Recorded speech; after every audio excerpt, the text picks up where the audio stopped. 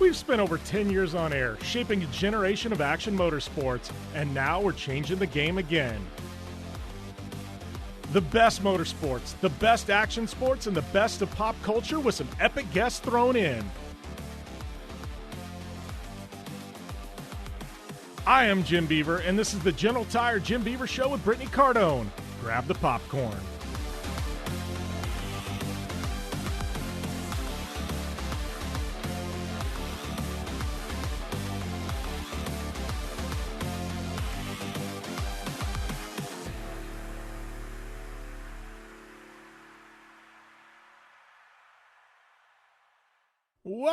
Welcome to the General Tire Jim Beaver Show.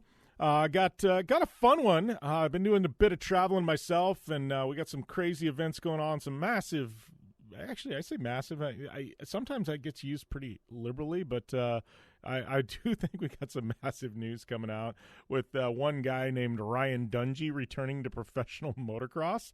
It's pretty massive, I think. You know what? F1 in Miami, but guest today, it's going to be my good friend Keegan Kincaid. Keegan, just an all-around badass, world champ.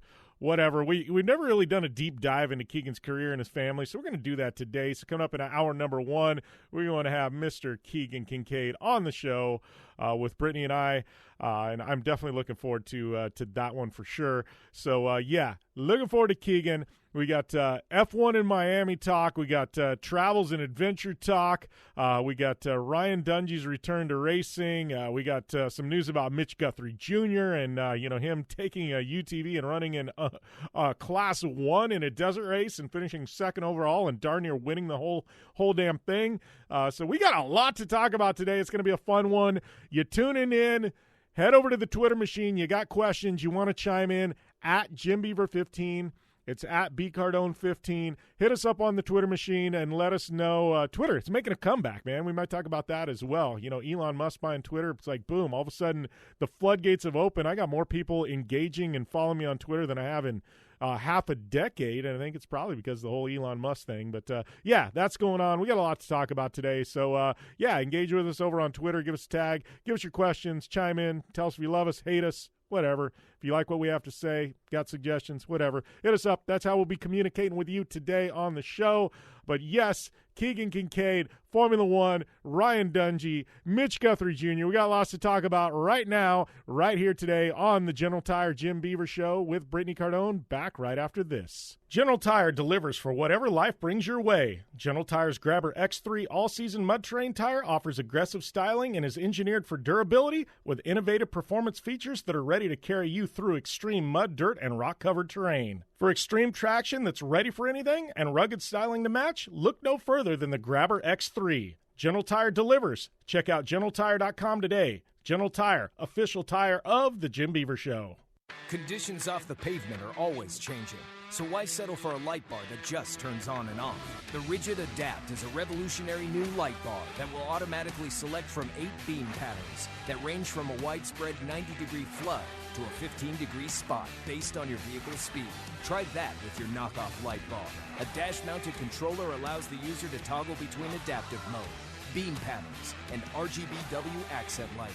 With Adapt, it's easier than ever to own the night. When looking for a new wheel for your off-road vehicle, car, truck, or UTV, the choice is easy. You choose what the pros use. Rob McCachran, Keegan Kincaid, and myself, Jim Beaver, all exclusively use Vision Wheel, whether we're dominating Baja, taking the cup at Crandon, or shredding UTVs. Vision Wheel's trend-setting designs and durability will set you apart from the competition and your friends. Check out visionwheel.com or at Vision Wheel on social media to learn more. Looking to have some fun on four wheels? Dirtfish Rally School has you covered. Packing as much adrenaline and adventure as you can handle into high-performance all-wheel drive and rear-wheel drive Subaru rally cars is where the fun begins at Dirtfish. Just 30 minutes outside of Seattle and Snoqualmie, you'll get a chance to train up to 3 full days with some of the country's best instructors and be put through the high-octane rush of rally on mud, dirt, and tarmac. Get started today and call 425-888-7715 or visit us online at dirtfish.com and use code 911 for a 15% discount.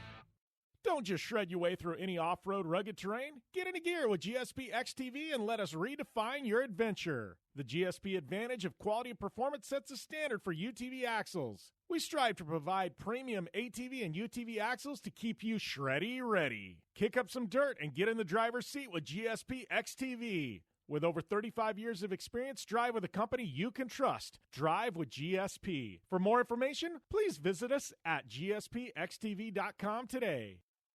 Life is all about sound, the sound of sports, the sound of the racetrack, and the sound of your vehicle. Don't drive around listening to this. Drive around listening to the sound of performance. Gibson Performance. Gibson Performance Exhaust is the company who can turn this into this. Remember that life is all about sound, and Gibson Exhaust is the sound of performance. Check out your next catback exhaust system, headers, muffler, or UTV exhaust at GibsonPerformance.com and get more power and more sound. Thanks for listening to the General Tire Jim Beaver Show with Brittany Cardone. Available online on SiriusXM, on AM/FM networks across the U.S., and internationally on the American Forces Network. Head to JimBeaver15.com for all the details. Welcome back to the General Tire Jim Beaver Show with Brittany Cardone. We got our very good friend, one of my best friends in the industry, Mr. Keegan Kincaid, Crandon's Own, on the show. What's happening, Keegan? Oh, not too much. Just enjoying some Crandon weather. It's finally warming up. Race season's getting close, but glad to be able to talk to you guys today. Yeah, race season's getting close. What is your well, I know in the past, dude, people don't realize, like, you're actually a badass basketball player and probably an even better basketball coach. And I know a couple years ago you kind of pumped the brakes on the coaching and stuff like that, but you still play. Like, what does your winters look like? Because I know in the past, winters were all about basketball. Yeah, so I guess a little backstory is I didn't start racing until I was 21 years old, and my passion, my priority before that was probably, basketball. I played high school basketball, played college basketball, and then got an opportunity. My dad, said, "Hey, do you want to build a pro light?" And that's how I kind of got into racing. But before that, it's always, one of my biggest passions has been, basketball and high school basketball. In 2017, I started coaching. Well, an opportunity, I guess, approached me to coach the girls' varsity basketball program at Crandon, and I was really hesitant because I didn't know anything about girls' basketball and multiple girls at that point. But it was good. I finally talked to my wife Catherine and decided it was a good idea, and I couldn't have been happier with that decision. That year, my first year coaching, we actually went to state, and Crandon has never, especially for basketball in any sense, have gone to state for anything. And 2017, we went to state. 2018, we just missed state by one game. And then the following year, 2019, we ended up going to state again. And so for 2 out of the 3 years that I coached the girls team, things went really well, and it was an exciting moment. I was almost living vicariously through them. But it's a passion of mine. I don't do it for the money. It's an enjoyment I get to do with, involve my family, keeps my winters busy, that's for sure. And kind of a thing where you don't get burned out just on racing.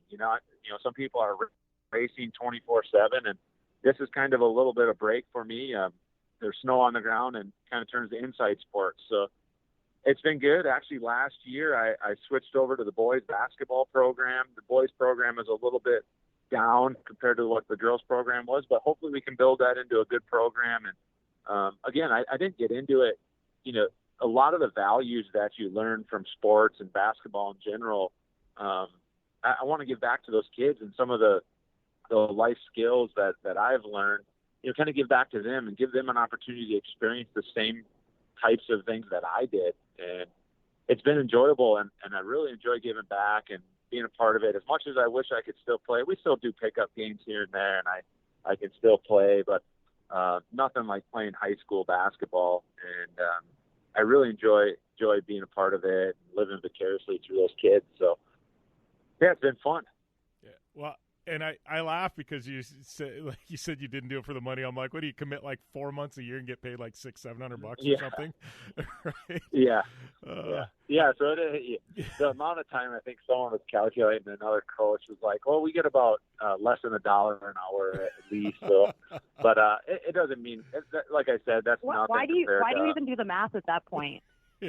Yeah. It isn't worth it. In a way, I was like, I just want to donate this back, maybe help the program out in some way. And, cause the amount of time and effort, but that's what it takes, is like putting in, and if I'm going to do something, and that was one of the reasons I stepped back not this year, but the previous year from the girls program, is I couldn't dedicate fully 100% to the team. And I had a good assistant coach at that time, and we had a good opportunity for him to take it over. And so I stepped back from it and kind of focused on racing a little bit more. I couldn't give 100% to the basketball, and, reevaluated. And now the boys' opportunity opened up, and I just basically, got talked into that and took it. And I'm excited to do that as well. So being a part of it and being able to go up to the school and give back is really, really fun. So Britt, check out this record when he was a girls coach. He's being very humble because that's who Keegan is. He was 62-14. 62 wins, 14 losses in 3 years. Tell me that isn't some insane record. Yeah. Surprisingly enough, I did actually know that. I do know a little bit of background because Keegan and I have worked together. So I do know these random one-off facts. I couldn't have told you the numbers. But I do remember the first time I was looking at those stats. I'm like, where did this come from? Because I'd always known Keegan's name, obviously, for the short course side of things. And then all of a sudden there's this whole basketball history and sports history. I mean, have you always been athletically just naturally able like that? Is there anything that you were just horrible at when you were a kid? Yeah, it's funny because like my friends kind of joke about the same thing. Is like, even we'll play video games or something, and I do decently well, but I think I just choose the right things to do. I don't want to participate in anything I'm bad at. So, but no, the girls.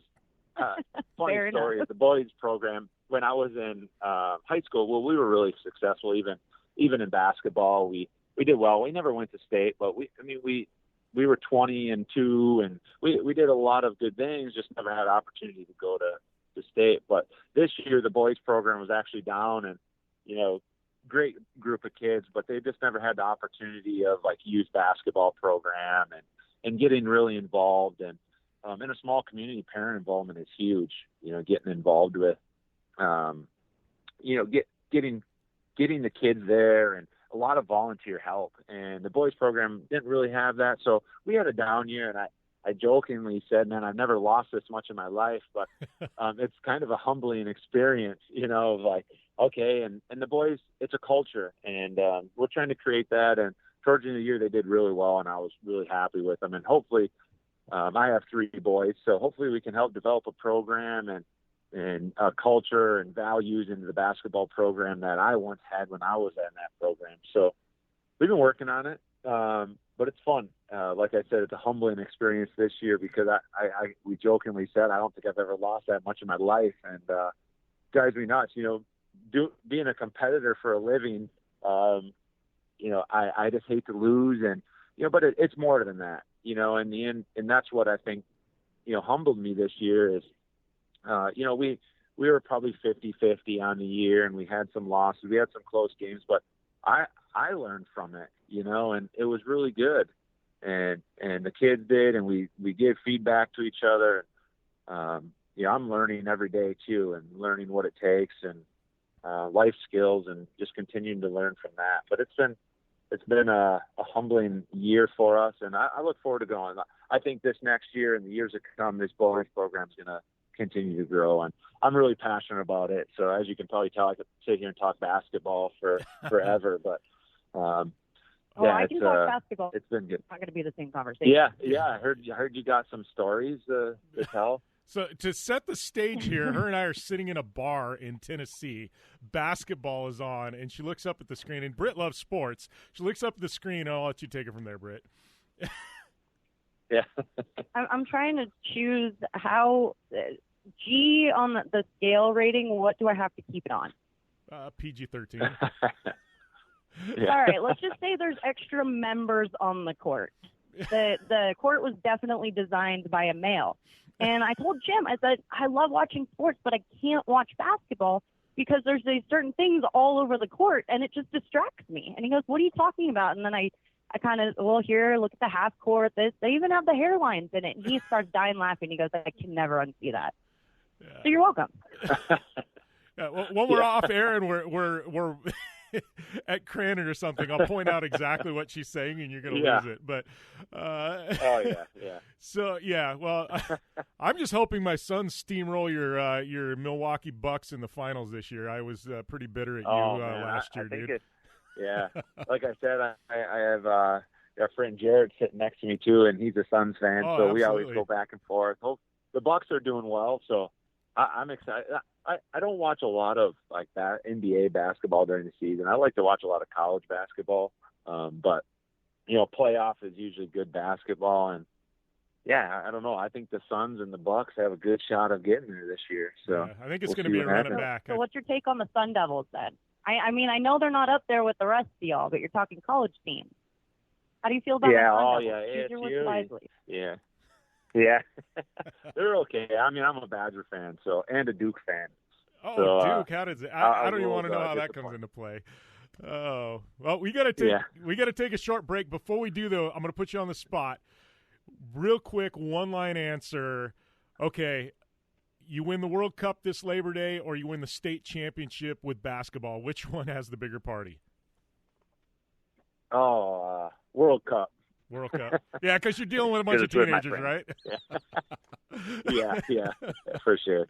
All right. We're going to take a short commercial break. We'll be back after this on the General Tire Jim Beaver Show. When it's time to replace the tires on your vehicle, General Tire delivers the tires you need for both your next big adventure and your daily commute. Whether you need all-season traction, lasting tread wear, or a quiet drive, General Tires are designed to deliver whatever life brings your way. From all-season ultra-high-performance tires for passenger cars and crossovers to extreme all-season mud terrain and tires for light trucks and SUVs, General Tire delivers great performance. To find your ideal tire, visit GeneralTire.com. General Tire, official tire of the Jim Beaver Show. Don't just shred your way through any off-road rugged terrain. Get into gear with GSP XTV and let us redefine your adventure. The GSP advantage of quality and performance sets a standard for UTV axles. We strive to provide premium ATV and UTV axles to keep you shreddy ready. Kick up some dirt and get in the driver's seat with GSP XTV. With over 35 years of experience, drive with a company you can trust. Drive with GSP. For more information, please visit us at gspxtv.com today.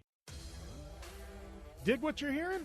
Well, do us a favor. Head over to Apple Podcasts and rate, review, and subscribe to the General Tire Jim Beaver Show with Brittany Cardone and catch all of our back episodes. Welcome back to the General Tire Jim Beaver Show with Brittany Cardone. We got Keegan Kincaid hanging out. We've been talking some basketball. It's time to shift gears, though. We got to talk a little more than basketball on this one. But, I guess kind of talking about you growing up. I mean, it's funny because you and I, we've been pretty good friends for probably a better part of a decade at this point, Keegan. But I laugh because you grew up very similar to me. You grew up with your dad racing. Your dad also wrenched on his own stuff. Is independent guy, you know what I mean, who kind of, and you grew up in that same system I did, where you were probably out in the shop with your dad when you're a young kid, and watching what he did, going to the races, things like that. Then all of a sudden it transitions into your program. You guys raced at the same time for a couple of years, things like that. So it's like I kind of know the background, and then I look at you, and it's like you've got all your kids coming up and stuff like that. I mean, your program, you probably, off-road has been a part of your life from as long as you can remember, right? Yeah, I don't know any different, and you probably are the same way. As since I was born, my dad's been racing, and that's been basically his career, for the past 30 years, and building off-road trucks. And I always remember going out to the shop and hanging out in the shop and hanging at the track. Memorable guys. I think of I remember. Key moments like hanging with Mikey Van and Hoovel and racing little tiny cars down the back of the trailer ramps.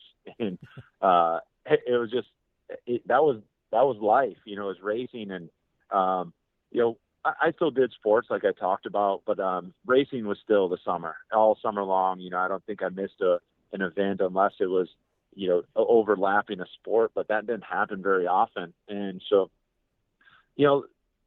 we still do the same thing. We're in the shop every day with my dad. I'm really grateful to be able to do that. Race for a living and build off-road trucks. My dad started building another Pro 2 this off season, and being able to just spend time with him in the shop.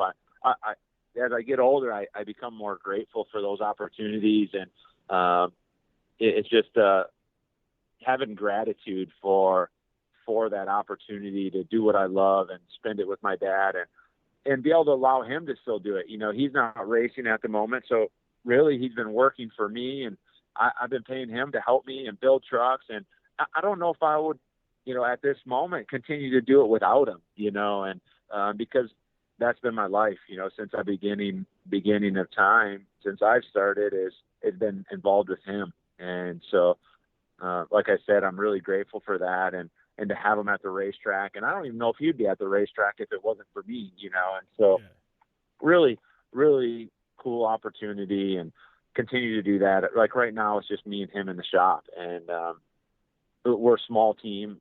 We hire a guy in the summer to help us, and some great volunteer help on the weekends. And I think that's the reality of it, is we're not a big budget team. We're not big teams. And most of the teams that are involved with it aren't. They have one or two employees that help them out. And those are the guys that are doing it for the living, Johnny Greaves and Kyle LeDuc and myself. And we've all came from basically our parents or grandparents or have raced, and they've got us involved in doing it. We've been fortunate enough to keep that going. And I'm proud to say that I'm one of those guys, is to continue that tradition. And, this year I bought Caden, my 10-year-old, a trophy cart, and hopefully he enjoys it. He's finally, I guess my dad's never pushed me to race. He's always, provided an opportunity if I wanted to. And I finally just took that opportunity as a 21. Well, now there's trophy carts, and there's a lot better opportunity to get in at a more affordable cost. And, so Caden's been bothering me, poking me. And so I said, all right, we'll allow him to race this year and maybe do a select event. And because I still want him to be able to play baseball and be involved with sports. And if anything overlaps, I want him to be able to choose. Racing will be here for him in the future. And but it'll be good. I think it's fun. Maybe give me a couple more goals besides just myself, and enjoy watching him, his happiness, and see what he wants to do. And I really look forward to that. As I'm kind of seeing my dad's perspective now, and it's going to be fun. Well, and I think that's got to be a crazy 180. Yeah. Oh yeah. Yeah. Well, and I want to go back to something you said. It's funny because you were saying something about your paying your dad to help you in the shop, and it was funny because I had this. It was a couple of weeks ago, and my dad, obviously same type system as you, and honestly, Brittany's in the same boat. When she's got a trophy from the day she was born because her dad was racing dirt bikes, and things like that. So I think all three of us have come up with basically in the dirt. But it was funny. So a couple of weeks ago, so Brittany and I have a Super Duty, and then we got a Ford Bronco that just came in, and so. My dad had sold his truck that he was driving, and I had the Super Duty sitting there, and I was like, well, just drive the Super Duty for a bit. It's not getting used, Dad. I'm driving the Bronco. Dad goes, all right, cool. And then, like a couple weeks ago, he'd been driving it for like a month and a half. He looks at me, he goes, I'm kind of liking this. He goes, for the first time in my life, you're making my car payment for me. And I just started laughing. He goes, it's just one of those moments where I just went, wow, okay, we've come full circle here. You know what I mean? You helped me buy my first car. Now I'm making a car payment for you. It's pretty my truck, but you know what I mean? It's just one of those where it's just funny, It's like, but it meant a lot to me. Like, all right, I'm actually doing something positive for my dad, like, just. Yeah. And that's how I can relate to that. I feel, basically the same way as, he loves being in the shop. I can't get my dad. That's his hobby. I say, hey, Dad, you want to go do this? You want to go fishing? No, I'm going to go in the shop. And he just loves being in the shop, loves working on race trucks. I can't get him out of it. He walks from the house to the shop, and he's really passionate about it. And he's basically, a lot of the success that I've had is contributed to him, and the amount of time. I couldn't tell you the amount of hours and years that he has, and the knowledge, and it hasn't been it's basically been trial and error, and putting it to use on the track, and that's what's giving me the jump start. And really fortunate, same with you, is our dads got us into this opportunity. I don't even know what life would be like without racing. And so it's fun. I enjoy it. Brittany and I have talked about that. Like, I don't know, her growing up in the dirt, me growing up in the dirt, it's one of those, like, what would life be if, you know what I mean? Like, if I grew up differently than I did. Like, I can't even fathom a world where I, not doing off-road. And it's like, and I'm sure you're like us, but it's like, when it's not a weekend where you're racing, you're still doing something in and around off-road, whether it be UTVs, dirt bikes, whatever. It's just weird. Like, it's a lifestyle, and you grow up in it, and it's just you don't escape it, man. No, we're in too deep at this point. Yeah. Yeah. You can't get out. That's what I said.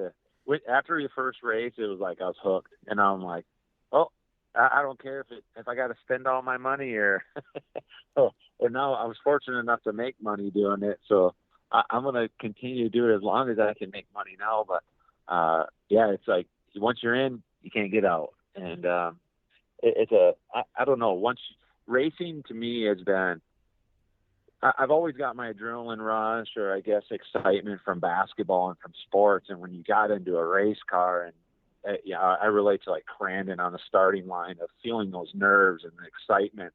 There's nothing in the world like it, even on the basketball side of it. Yeah, I had those nerves and you always, trying to get those again and racing is giving me that spark back. And I still get nervous. People always like, are you still nervous? I said, yeah, I still get nervous, but it's just it's an understanding of like, hey, you understand once the race goes, those nerves are gone and you just relax. And now it's something that I look forward to.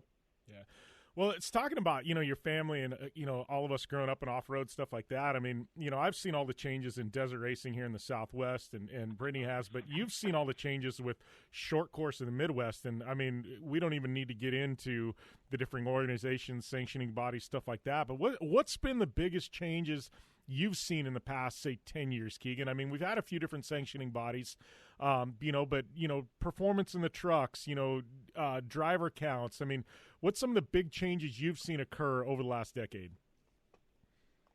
Yeah, it's been, since 2011 is when I started, and, things were actually going really well. We were traveling to Charlotte. I was actually racing with Traxxas at that time and Mike Jenkins and traveling around. Things were thriving. I thought things were going really well. Series were going, I've been through all the ups and downs of it. Things went down from there. And basically there was two series. We had Lors, and then we had the Midwest. It was Torque at one time. And then it was Midwest off-road racing or more. And then, but we all survived. One thing that has been consistent that I keep coming back to has been the tracks and a lot of the drivers. And the drivers that are doing it for the living is Kyle LeDukes and, myself, the Greaves, Ryan Beat, all these other guys that have been doing it. Those have been the consistents. And, Champ Off-Road has come in and, they had a really good opportunity, in my opinion, when Lors stepped away from racing in the West Coast. Basically, we acquired all those drivers. And so now car counts have been, some of the best that I've ever had. And last year was probably the best Pro 2 field that I've ever raced against. And I think it's going to be the same this year. There's not a lot of opportunity for people to race anywhere else. And, the tracks out here have been great. The atmosphere has been great. Pro 2 is looking around like 20 Pro 2s. We're looking at 12 Pro 4s, Pro Lights, really, really doing well. It's good for the fan. I guess I look at it, I'm just as much of a fan as the sport because I grew up in it and I enjoyed watching it as I am a racer in it. And so I look for the entertainment side of it and really enjoy watching it. General Tire offers a wide variety of options that are designed to deliver for whatever life brings your way. Whether you have a truck, car, or SUV, General Tire delivers for whatever you drive, from the long-lasting all-season Altimax RT43 to the aggressive all-terrain Grabber ATX. General Tire covers on-road performance, off-road capability, and durability. General Tire delivers. For more information, drive over to GeneralTire.com. General Tire, official tire of the Jim Beaver Show. Conditions off the pavement are always changing, so why settle for a light bar that just turns on and off?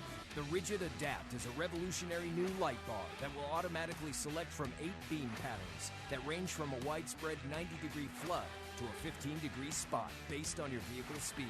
Try that with your knockoff light bar.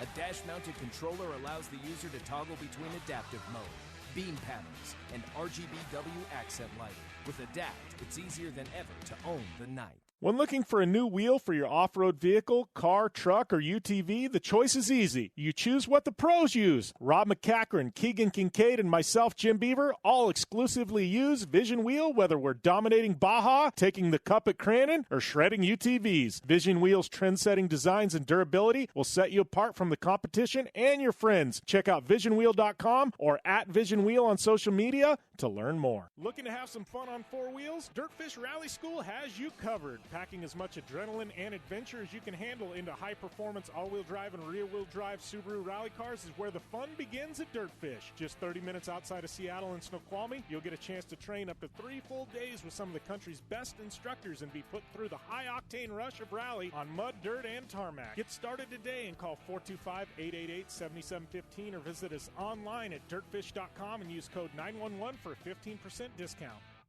Don't just shred your way through any off-road rugged terrain. Get into gear with GSP XTV and let us redefine your adventure. The GSP advantage of quality and performance sets a standard for UTV axles. We strive to provide premium ATV and UTV axles to keep you shreddy ready. Kick up some dirt and get in the driver's seat with GSP XTV. With over 35 years of experience, drive with a company you can trust. Drive with GSP. For more information, please visit us at gspxtv.com today.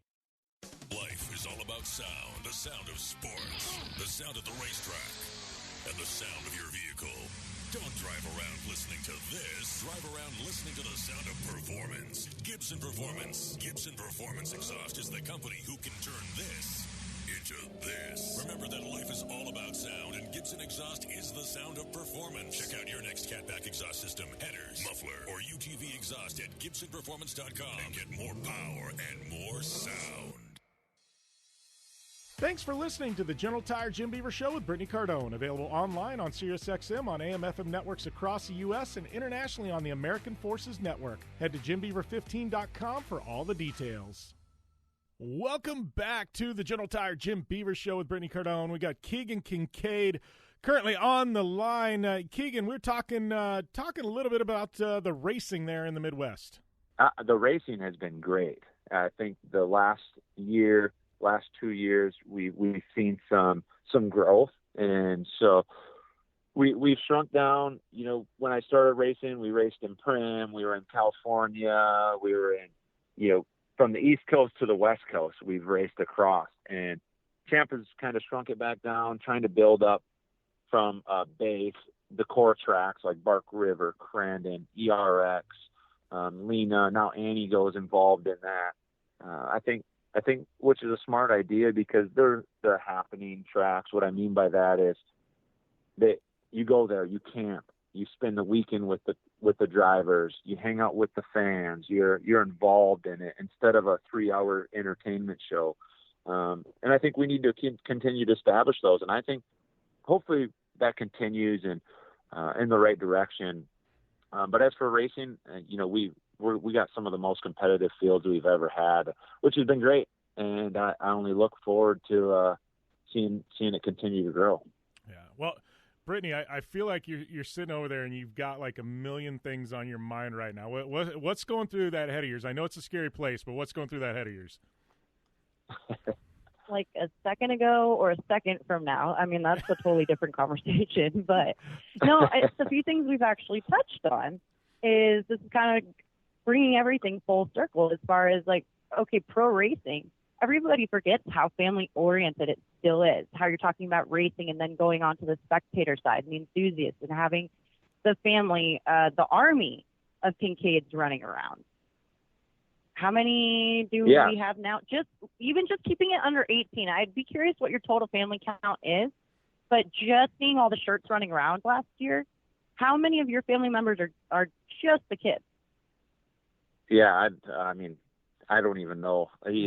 So a little background is my dad's side was born and raised in Crandon, Wisconsin, and my mom's side was born and raised local to Crandon. And so for both sides, I've had really big families. Both grandparents had big families. So I grew up with both sides of my cousins and basically played sports with them. And they come to the racetrack. And I think I have probably close to 50 family members that show up at Fall Crandon, just intermediate close family members. And it's really fun. Yeah. I don't, like I said before, I don't know if I'd do it if I couldn't involve my family. We bring our fifth wheel camper and the kids stay in the camper and hang out and and watch the races all day and hang out with the fans and ride their bikes. And it's just as much about that as it is about the races. And being able to spend those weekends with my family, my mom and dad come and bring their camper. My wife's side family now is involved, and they're some of my biggest supporters. And so that's probably one of the coolest things looking back on it now. When I first started, none of that really mattered. You were more competitive. And now that you see this side of it as you get a little bit older, and I really enjoy that. I'm grateful for that I can spend time with them and bring them to the track, and hopefully they can continue to do that. And that's why I wish nothing but success for short course. And we're trying to figure out what the best racing is and how do we make that happen. Well, I guess that leads me to what are the plans for this year? Because I know you got a couple trucks. You guys have been building something new. Obviously we've seen you in Pro 4, we've seen you in Pro 2. I mean, what are the plans for 2022 and Keegan Kincaid? Yeah, so we actually I guess for the last 4 years I've built a brand new truck, and for those 4 years, I don't think I've tested before the first weekend. And it's kind of become a habit. Well, at the end of this year, I said, you know what? I'm not going to sell my Pro 2. I want to be prepared. I want to be able to test. I want to be ready to go. And my dad still had to go build another Pro 2, but I kept my original one from last year. I just said, I'm not going to sell it. I want to be as prepared as I can be, because I've never done that in like the last 4 years, maybe 5 years. We've always sold. And that's how we've continued our business is we would sell a truck and we could build a new one, and that would help pay for things in the winter.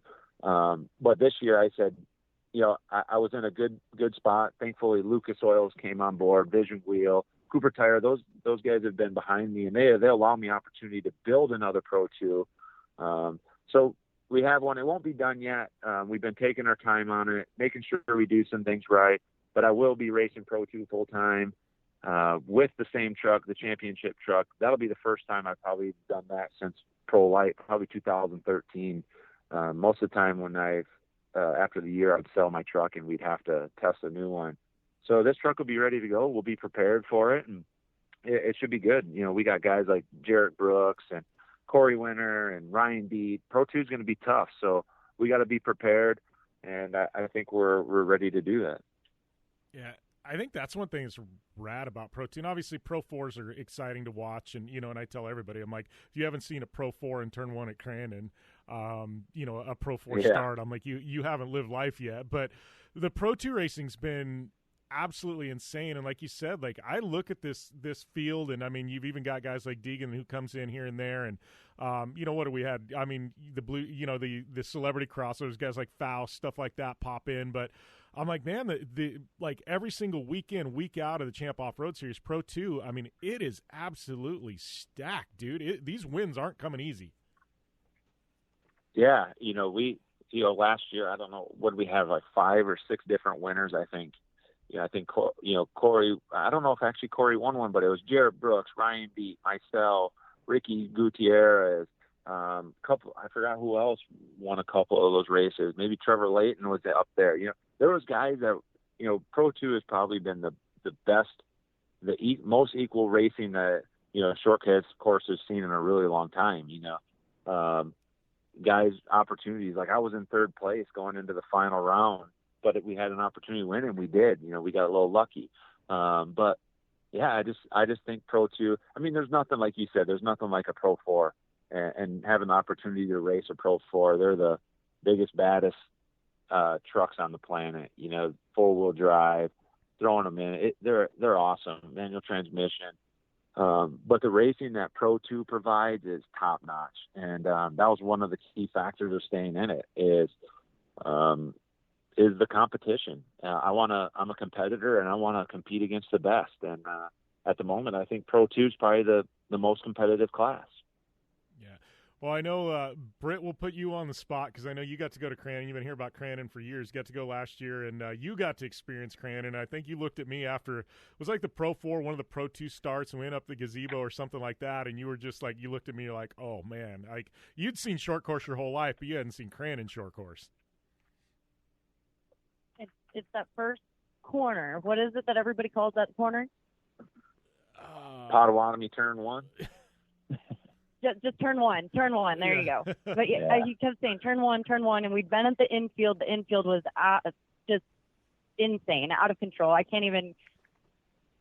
Obviously, I don't have words for it, but it tripped me out with my spasticness because you got cars in front of you, cars behind you. You hear stuff coming up. I feel like I'm missing something. I've got FOMO on the track. I couldn't even imagine being in the car. But actually sitting down by the gazebo, like you said, and looking down the track and watching them come at you and literally throw chunks of dirt through the fence, that and sitting right there on the fence line at turn 1, I think it fixes. But yes, I mean, being around it, it's very spectator oriented. It's always been that way, but it's put on as a show. And there you feel home. The second you show up at Crandon, you just feel home. Yeah, I mean, literally, it is home for me. Yeah. But yeah, no, it's. Oh yeah, rub it in. Yeah, yeah, and no, a little perspective. Crandon's a town of less than 2,000 people, and it turns to 50, 60,000 people over, Labor Day weekend, and yeah, it's something that you have to see in person to believe it. And there's more things going on besides just the races. We had the parade on Friday that was televised, and there's 20,000 people downtown, and it's just cool the whole weekend long. And the after hours activity. Yeah. I mean, that's. I learned what Jurassic Park was this trip. Yeah. I will just say apple pie and sleeveless Sundays, and we'll just leave it at that. Yeah. Yeah, we'll have to do a podcast blueberry. just on the after parties of Crandon Off-Road. Yeah. Before we let you go. There you go. Mayor Kincaid. Mayor Kincaid, absolutely. Yeah. Mayor Kincaid. And I think if you're mayor, RJ's going to move to Crandon just so he can be like vice mayor or something like that. Yeah. Oh, assistant to the mayor. Assistant to the mayor. Yeah. So I guess before we let you go, man, your kid, you got a trophy cart. You were saying, I got to think like you're going to be more nervous watching your kid race a trophy cart than you are on the start line. I mean, there's got to be a little bit of nerves going on in you right now, just thinking you're going to put your kid out there on track. Yeah, it's totally different. And I kind of had this from, he likes to wrestle. He's a big wrestler. We've been traveling. He actually went to state wrestling this year. But it's hard because you can't control it. You know what I mean? You're on the sidelines and you're watching, and those nerves, and it's something. And same with basketball and coaching it. You can only do so much, and I think that's probably drives me more nuts than anything is not being involved with it and not being able to control it. And it's not myself; it's someone else, and so those nerves are higher. And I don't know. I'm already kind of nervous about it and excited at the same time because he's excited, and I want to see him succeed and try to give him the best opportunity that my dad did. And it's going to be an experience, that's for sure. But I'm excited for it and nervous at the same time. I know my wife has been like, "Oh, great! That's what we need is to have another." I'm already nervous for one race. Now I have 2 races to be nervous about. So she's not too happy about it at the moment, but she'll get over it. We'll be all right. First win he gets, it'll be all over. She'll be Yeah, for sure. That's awesome, man. I don't know. Before we let you go, Britt, you got anything left for Keegan? The ultimate question. I've been waiting for this one all day. Keegan, when's the next kid coming? You're behind schedule. Yeah, no, we're done. So I have for people that don't know, I have a 10-year-old Caden boy, and I have 2 twin boys that are 3. They turned 3 in December, Nash and Wesley, and then we just had our last one, which was a girl, Ella, and she was born in September. So we're done. No more kids. Now I can focus on racing, and we'll have a full packed. I almost had a basketball team going with the boys, but it'll be good. We're excited to have the family at the track and spend quality time with them and involve them. But 4 is good for me. Yeah, and knowing your dad, he's already going, man, how are we going to build 4 race cars here? Like, your dad's going, man, this is going to get expensive real quick. Yeah, it's just costing me more money. Awesome, man. Well, I appreciate you taking the time to come on air with us, Keegan. Looking forward to seeing you out. I think Britt and I will be to the first Crandon in June. I think we're going to miss the opening rounds, though, but I know Todd will be out there from Vision. But I don't know, man, it's crazy. We're like a month out. We're getting close. Yeah, it's coming up quick. I know we have been trying to get stuff going. I know parts have been hard to order for everybody, racing side of things, but we'll be ready. We're prepared and excited for round 1. All right. Thanks a lot, and we'll be back after this on the General Tire Jim Beaver Show with Brittany Cardone. When it's time to replace the tires on your vehicle, General Tire delivers the tires you need for both your next big adventure and your daily commute. Whether you need all-season traction, lasting tread wear, or a quiet drive, General Tires are designed to deliver whatever life brings your way. From all-season ultra-high-performance tires for passenger cars and crossovers to extreme all-season mud terrain and tires for light trucks and SUVs, General Tire delivers great performance. To find your ideal tire, visit GeneralTire.com. General Tire, official tire of the Jim Beaver Show. Conditions off the pavement are always changing, so why settle for a light bar that just turns on and off? The Ridgid Adapt is a revolutionary new light bar that will automatically select from 8 beam patterns that range from a widespread 90-degree flood to a 15-degree spot based on your vehicle's speed. Try that with your knockoff light bar. A dash-mounted controller allows the user to toggle between adaptive mode, beam patterns, and RGBW accent lighting. With Adapt, it's easier than ever to own the night. Dig what you're hearing? Well, do us a favor. Head over to Apple Podcasts and rate, review, and subscribe to the General Tire Jim Beaver Show with Brittany Cardone and catch all of our back episodes. Welcome back to the General Tire Jim Beaver Show with Brittany Cardone. Wrapping up hour number 1, and man, shenanigans are going to ensue in hour number 2. You got Brittany and I for an entire hour. We're going to be breaking down the news in motorsports, some fun, some games, our travels, our adventures, all about that fun employed life. But, we got lots of motorsports stuff to talk about, a lot of it quite funny, and I'm looking forward to it. So hopefully you guys enjoyed that interview, Keegan. Keegan's a freaking rock star. He's fun, and I got some Keegan stories. Man, I'm telling you, Labor Day weekend, group therapy, Sunday nights after the Cup race and everything. The Cup race wraps off. They got a thing called Sleeveless Sundays. You go into group therapy and you got sleeves on, they immediately get ripped off. Sleeveless Sundays at group therapy. It is definitely a good time, and I have enjoyed my partying with Keegan. And I got to tell you, that guy, they got a dragon punch machine. Those in the bars. They have those punching bag machines that measure your how hard you hit. Keegan, I have literally seen him pretty much break one of those machines. It's actually quite impressive. Man,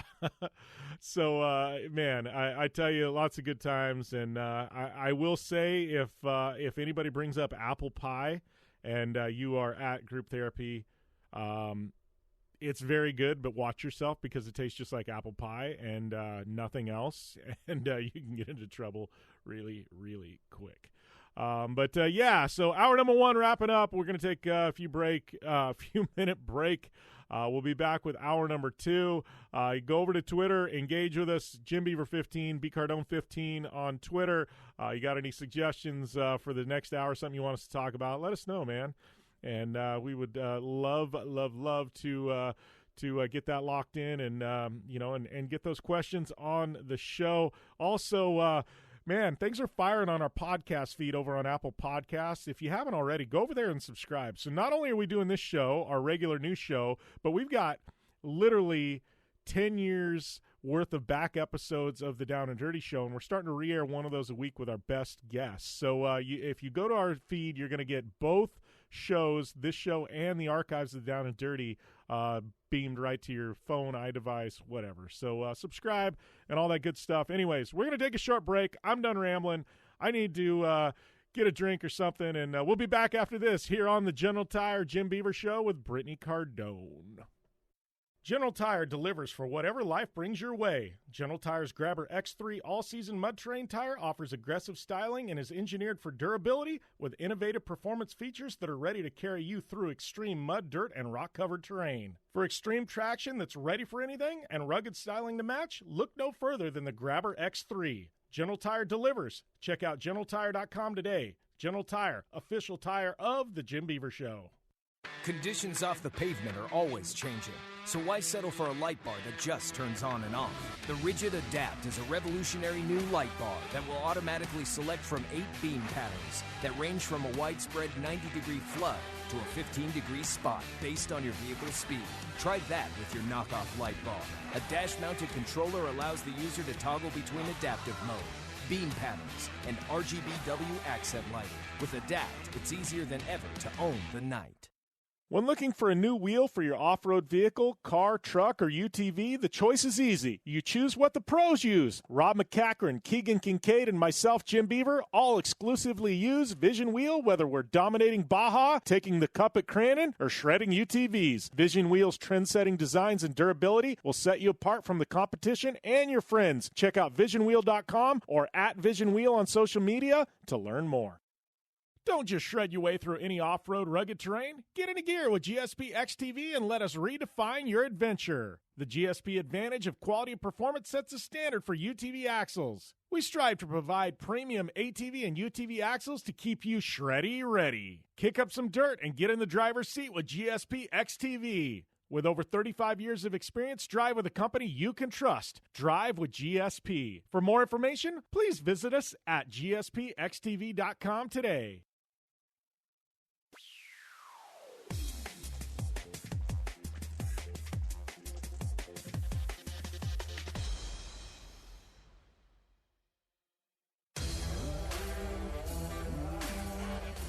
Social media? Yeah, we've got that. Jim Beaver 15 on all major platforms and Jim Beaver Show, JB15 Group, and Cardone 15 on the gram. Welcome back to the General Tire Jim Beaver Show with Brittany Cardone.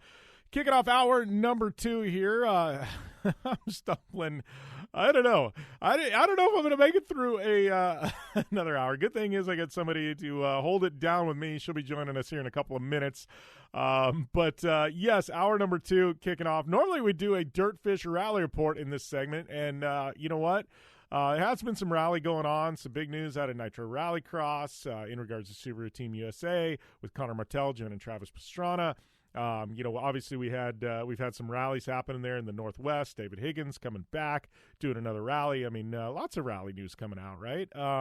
And so I'm going to, instead of doing a full Dirtfish rally report here, I'm going to send you guys over to dirtfish.com.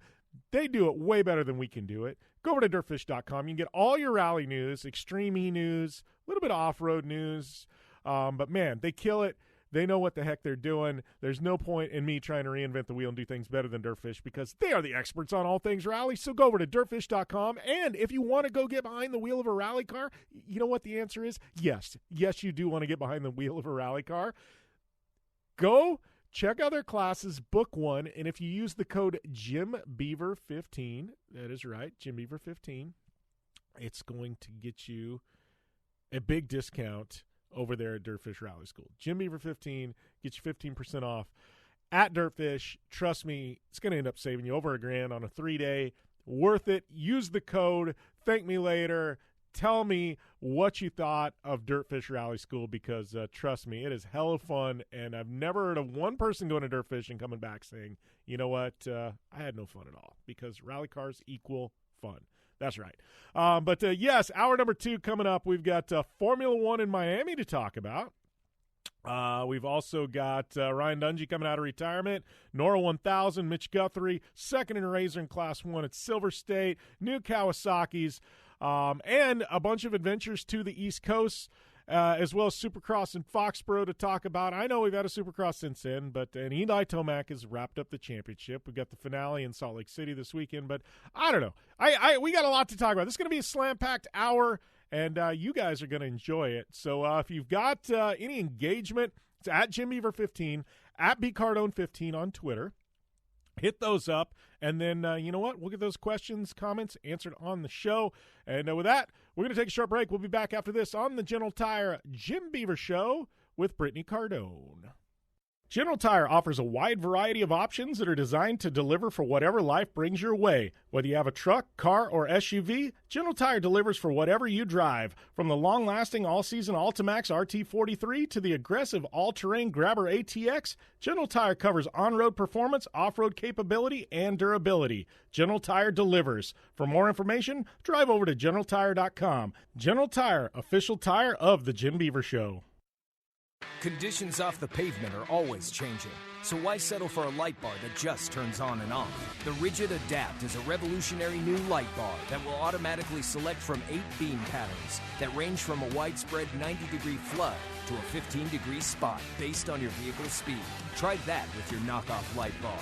A dash-mounted controller allows the user to toggle between adaptive mode, beam patterns, and RGBW accent lighting. With Adapt, it's easier than ever to own the night. When looking for a new wheel for your off-road vehicle, car, truck, or UTV, the choice is easy. You choose what the pros use. Rob McCachran, Keegan Kincaid, and myself, Jim Beaver, all exclusively use Vision Wheel, whether we're dominating Baja, taking the cup at Crandon, or shredding UTVs. Vision Wheel's trend-setting designs and durability will set you apart from the competition and your friends. Check out visionwheel.com or at Vision Wheel on social media to learn more. Looking to have some fun on 4 wheels? Dirtfish Rally School has you covered. Packing as much adrenaline and adventure as you can handle into high-performance all-wheel drive and rear-wheel drive Subaru rally cars is where the fun begins at Dirtfish. Just 30 minutes outside of Seattle in Snoqualmie, you'll get a chance to train up to 3 full days with some of the country's best instructors and be put through the high-octane rush of rally on mud, dirt, and tarmac. Get started today and call 425-888-7715 or visit us online at dirtfish.com and use code 911 for a 15% discount.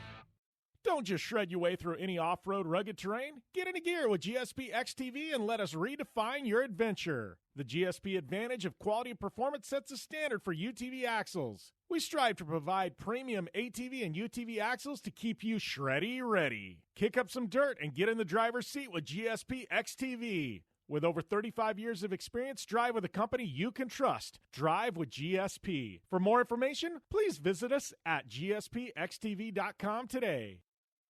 Life is all about sound, the sound of sports, the sound of the racetrack, and the sound of your vehicle.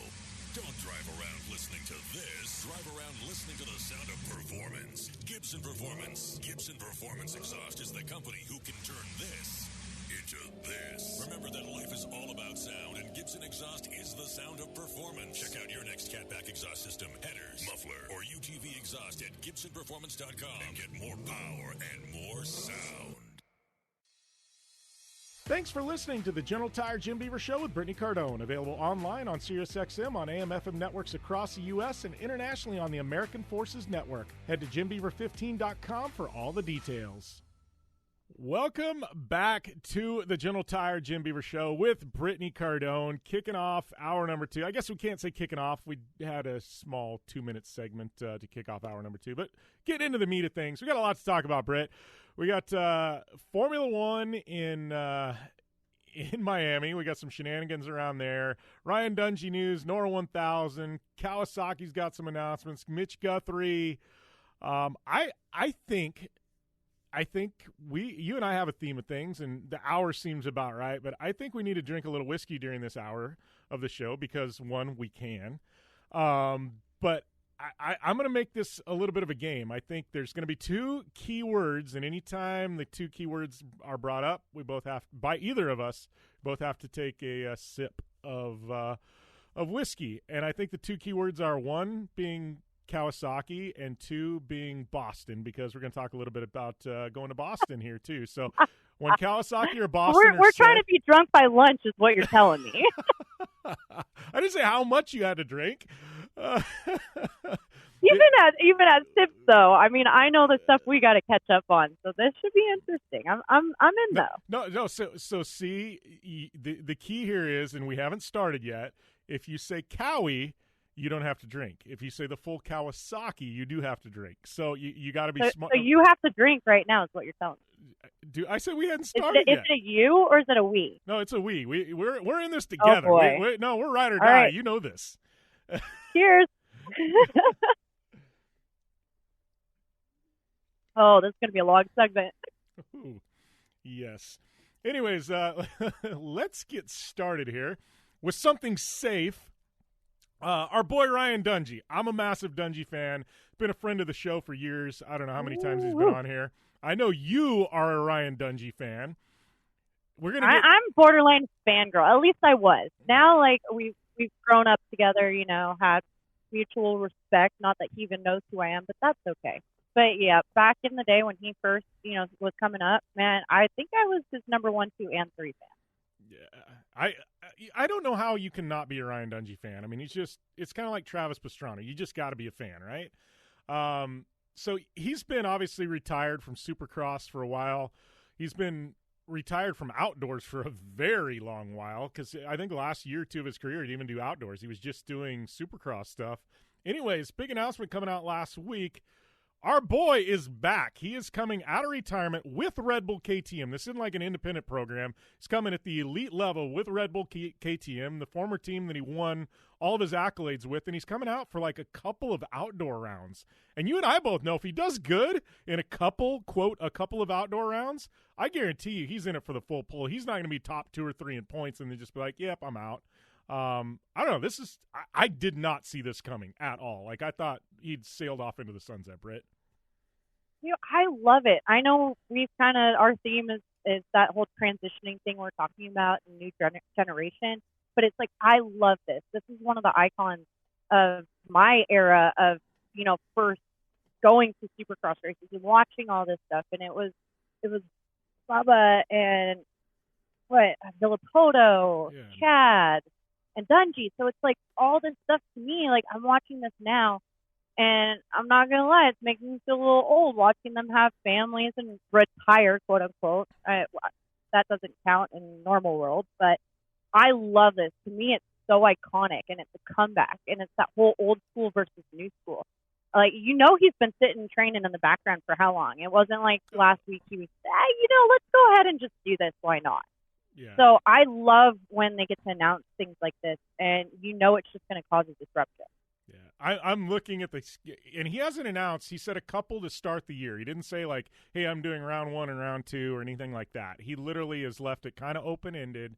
So once he announces his formal schedule, I think you and I need to go to a pro motocross race. We need to go to an outdoor race. Like, I think this just needs to happen. Definitely. But I think the reason they're not announcing it either is, all right, we're going to come back, but let's go full in and see how we do first, right? Yeah. So I don't know.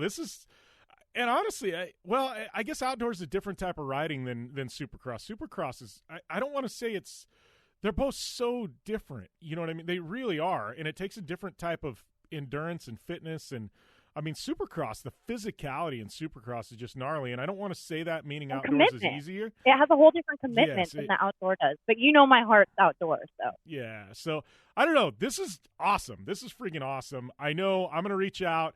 We're going to try and get Dungey on the show. I don't see that it's going to be a problem. It'll be fun to catch up with him. But, I'm stoked because a lot of guys do this and they're like, you know what? I want to come out of retirement. I want to do a couple races. And they do it on an independent program, something like that. I mean, he's coming out with Red Bull KTM, the top of the top level. And, I mean, he's putting himself in a position like Red Bull KTM doesn't field a bike for you unless they think you can win, even if you are Ryan Dungey. You know, they like I said, how long have they actually had this in the works? Like, they've had a plan going together, which I love. And I'm really hoping that this will start a trend and we'll see some others come out too. Yeah. Oh, exactly. You know, it's like Chad Reed, you know, he's been out for what, a year or two or something. You know, how I actually would love to see, like, you know, you hate to use the word vet, but I would use the term legends. I would like to see like a Legends Triple Crown. I don't care. And outdoors would probably be better than Supercross, just because, like you said, the commitment. But get Reed, get, you know, Bubba Stewart, get Villapoto, get Dungey.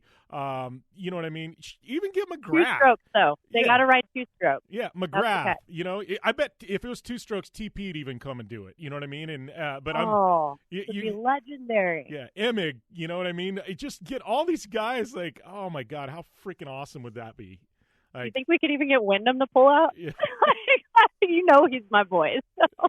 Yeah, I don't know. I think there's actually, you know, you do like 3 races. You do like a Triple Crown. You don't make these guys go and do like a full pull. You do like 1 a month over the summer, like a June, July, and an August. You know what I mean, or something like that. You know, I think it'd be freaking awesome.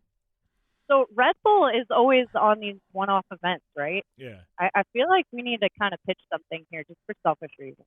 Yeah. Oh, even if Red Bull did like a one-off, like, hey, we're gonna have the Legends World Championship or something. An invitation, sort of something invitation. Yeah. The Legends Invitational. Yeah, and just invite all these guys out one day race somewhere. Like, oh man, and Red Bull would build their own track for this. You know they would, like something insane. Well, and then it could be kind of like what we do with the esports stuff, right? Do stuff randomly to where it's okay, one outdoor, a straight rhythm, and a supercross track, or, you know, or flat. Like, just throw it out there and have 3 or 4 completely different events and do that. Oh man, my mind is going now. Yeah, I don't know. So, Ryan Dungey, if you're listening, which you're probably not, we are stoked, buddy, and I think you're going to drag Britt and I out to the outdoors race to watch you at some point in the next couple of months. Twist my arm. Twist our arms, yes, right? Oh, man, how freaking awesome would that be? So, yeah, we got that coming on, or going on, and then I'm just looking down at our list. We got so much stuff to go over. I want to save one for the next segment, but what do we got here? Gosh, we've got so much that are going to take time. Let's go with the big announcement coming out of our good friends at Cowie. See, we don't have to drink. So they put out a tease.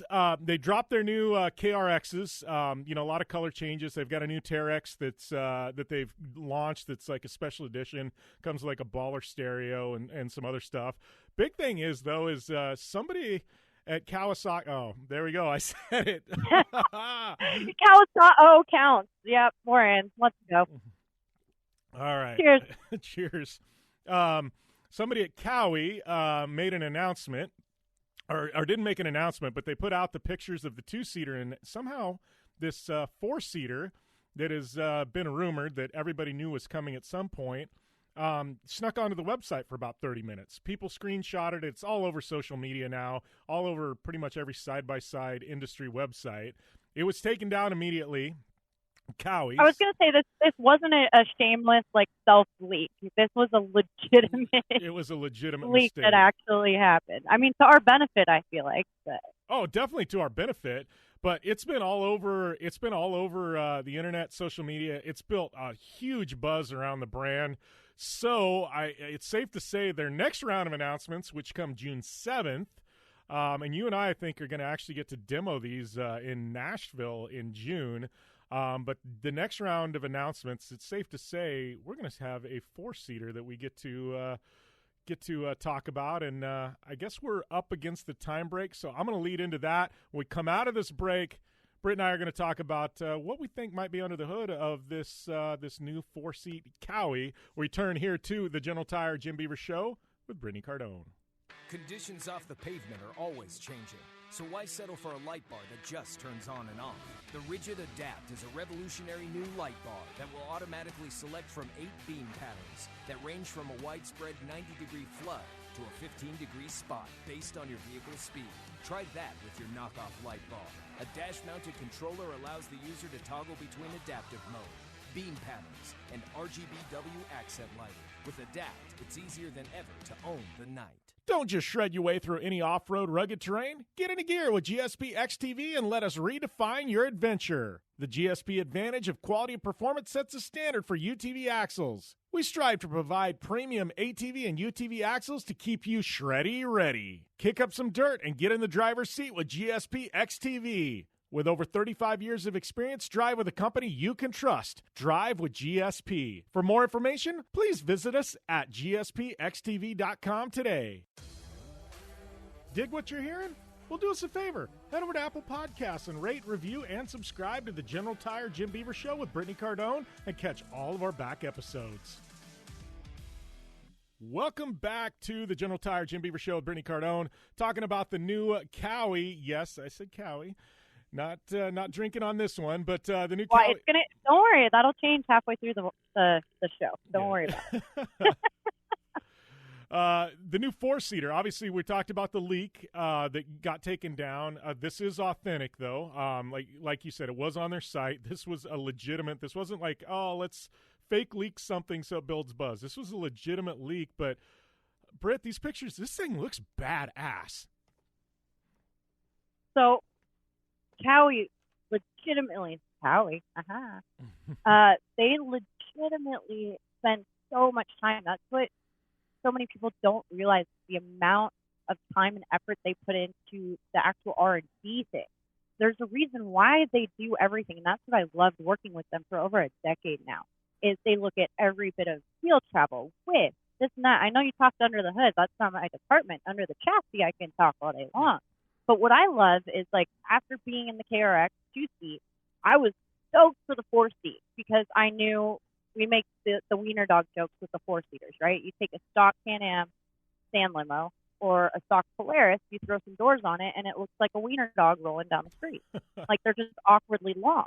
And so after I saw the KRX 2-seat and saw exactly how they set up the wheel travel and the wheelbase, I mean, they had their numbers down spot on to that perfect middle ground. I was stoked to see what their 4-seat was going to look like, knowing, we didn't know when, but at some point it was going to come out. And there's kind of that in between of the utility KRX, where a lot of people like that open cabin feature, but it does sit differently. So this one, you've got the sport side, the lower center of gravity. I mean, we've sat there and talked about building a 4-seat race car with a supercharger. But I'm sitting here looking at this thing now, and I'm like, yeah, right up our alley, not going to lie. Yeah, no, and I think that's the thing. Like, nobody knew the length on it. It came out, and I couldn't ask for any more. Like, I think the dimensions are great. A lot of people are, it's safe to assume that this is probably going to have the same power plant as the 2-seat KRX, which, people on the internet, they become like, you hate to say horsepower. I don't know what we can and can't say here as far as things, but they've become suckers for horsepower. And you know what I mean? And that's kind of the big thing. If you're a Glamis, I get it. You want more power, right? But I think with what Cowie has done with the KRX, like, these things will go anywhere. They'll climb anything. They're amazingly tight, wrapped package. And, in the one we've got, I've never felt like I was down on power. I've been able to climb everything I wanted to. And obviously with a 4-seat, even if it uses the same power plant, they might be able to tweak it a little bit, but they're going to change the gearing and the trans and stuff, just like everybody else does. So, it's not sluggish. Like, I don't know. It's like, because you don't have to lift because of the rest of it. I'm going to go total throwback now, back to before turbos came production, and we actually had the turbo company for a moment. Our whole slogan was combined performance, because it was 1 and 2. You can't have horsepower without the suspension and vice versa. And they kind of have that perfect overall base package. But the way they set it up is so conservative, and it's built so well from the factory that it's basically a build your own at that point. Yeah. Because everybody's going to have an issue anyway. You look at every specialty model that's come out, regardless of the manufacturer, and there's always something they could have changed or done better or fixed or skimped on. There's always going to be those haters no matter what. So instead of looking at it that way and saying what they left on the table, they basically gave you a perfect canvas to build and not have to worry about what you're building at the same time. I mean, there's arguments on when you're doing motor work, you do this, you have to do tunes, you have to do exhaust, and it builds and goes, and what you're kind of, I don't want to say cutting corners, but by the time you have to build the platform strong enough in any direction, it's a completely different vehicle at that point. And I feel like you don't have to do a whole lot to these KRXs to bring them up to par, if not be more competitive than anything out there. And that's what I love about it. Yeah, that's what I'm excited to get ours out to Sand Hollow, and really be able to, I had a lot of trail running here in the desert, things like that, but I'm really excited to get it out to Sand Hollow and be able to do some crawling and some stuff. And really, that's where they say the KRX is coming to their own, and I'm really excited about that. But as we said, we got a ton of topics to cover, but that was one of the big ones, kind of the leak that has the entire UTV industry kind of spinning at this point. So definitely looking forward to seeing all the details as that thing drops. But moving on, talking about UTVs, we got to talk about our boy Mitch Guthrie Jr. Obviously the Guthrie family's been good to us on our race program, and the car we purchased from them, Britt. But Mitch took his new Pro R, entered it in Class 1 at Silver State. Now, Class 1 had a light entry list. It's a very fast, high-speed race. A lot of technical stuff where UTV will go, but he entered it in Class 1, qualified in the top 10, wanted to go out and try and do an overall, took that Pro R, had a phenomenal race, ended up second overall to another Class 1, beat all of the trophy trucks, and ended up second overall by only like 10 or 12 seconds on an overall in a side-by-side. You've been around the side-by-side industry quite a bit longer than I have. I never thought we would see the day a UTV could pull a top 2 overall in a desert race, Britt. I did. I've been watching this, like you said, for years. I mean, 2004, we had our first UTV, and it was a golf cart, basically. Yamaha Rhino. Everybody remembers the good old, what were they, 660s or even less? Yeah, it was a 660, I think. What's so crazy is, like, I'm watching this and I laugh. I think I was sitting around the fire at Hammers 2-3 years ago, and they were talking about how much the UTVs have changed because they were finally getting recognized. They couldn't get ignored. Then money was coming into it. So some of the bigger guys were actually, getting a chance to get in these new 1000s and things like that, and noticing, hey, this is an actual real capable vehicle, because the last time they drove one was 8 years ago when they completely just threw it off to the side. And we're sitting there, and one of the trophy truck guys looks over and goes, man, golf carts are taking over the clubhouse, dude. And I'm like, that there's not more true of the statement. And that's what's so crazy is, like, watching all this, seeing it all from the background, watching how quickly this industry, I mean, it didn't exist before 2004. It was a golf cart. So for something to come up this quick and grow and watch it all develop has been insane, especially with the limitations that they have to stay under certain horsepower and certain things because they're mass manufactured, so that they can stay, under certain automotive guidelines and things like that. It's blown my mind. I love it. I'm so excited. I mean, Guthrie couldn't ask for a better dude to be making statements out there. My thing, I laugh, is, like, you're overall desert racer. I purposely stay off of,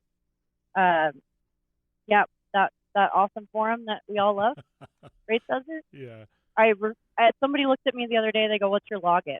And they were blown away that I didn't. I'm like, I refuse. I won't do it.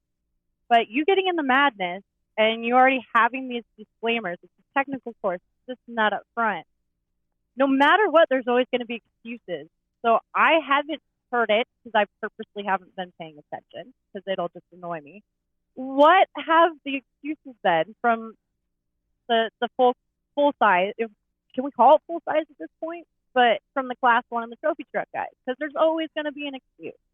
Actually, there really hasn't been, and I didn't say that to discredit what Guthrie did. I'm just saying, like, I don't know. Oh, no! Don't get me wrong. Yeah. Sorry, I didn't think that at all. I just laugh at, like, the political disclaimer. Not necessarily that, but it's just funny of, like, well, it's this and well, it's that. Like you're trying to play that mediator on both sides right now, and I'm calling it out. Yeah, no, it was an amazing run. I mean, it truly was. I mean, he made a statement. I look at a point-to-point Baja 1000, and that's completely different than, say, the Silver State 300. So that was kind of my thing. And I'm not saying we're never going to see an overall UTV victory at Baja, but for them to beat all the bikes and all the trophy trucks there, it's a different animal than the Silver State 300. That's all I was absolutely. saying. You know what I mean? It's just completely different. He picked the right race, but no, there hadn't been any excuses. I think Mitch made a statement. There's a respect level, and I'm happy about that. Like they're really truly. Oh, that's amazing. That's hasn't been any excuses. Surprising, and I'm impressed.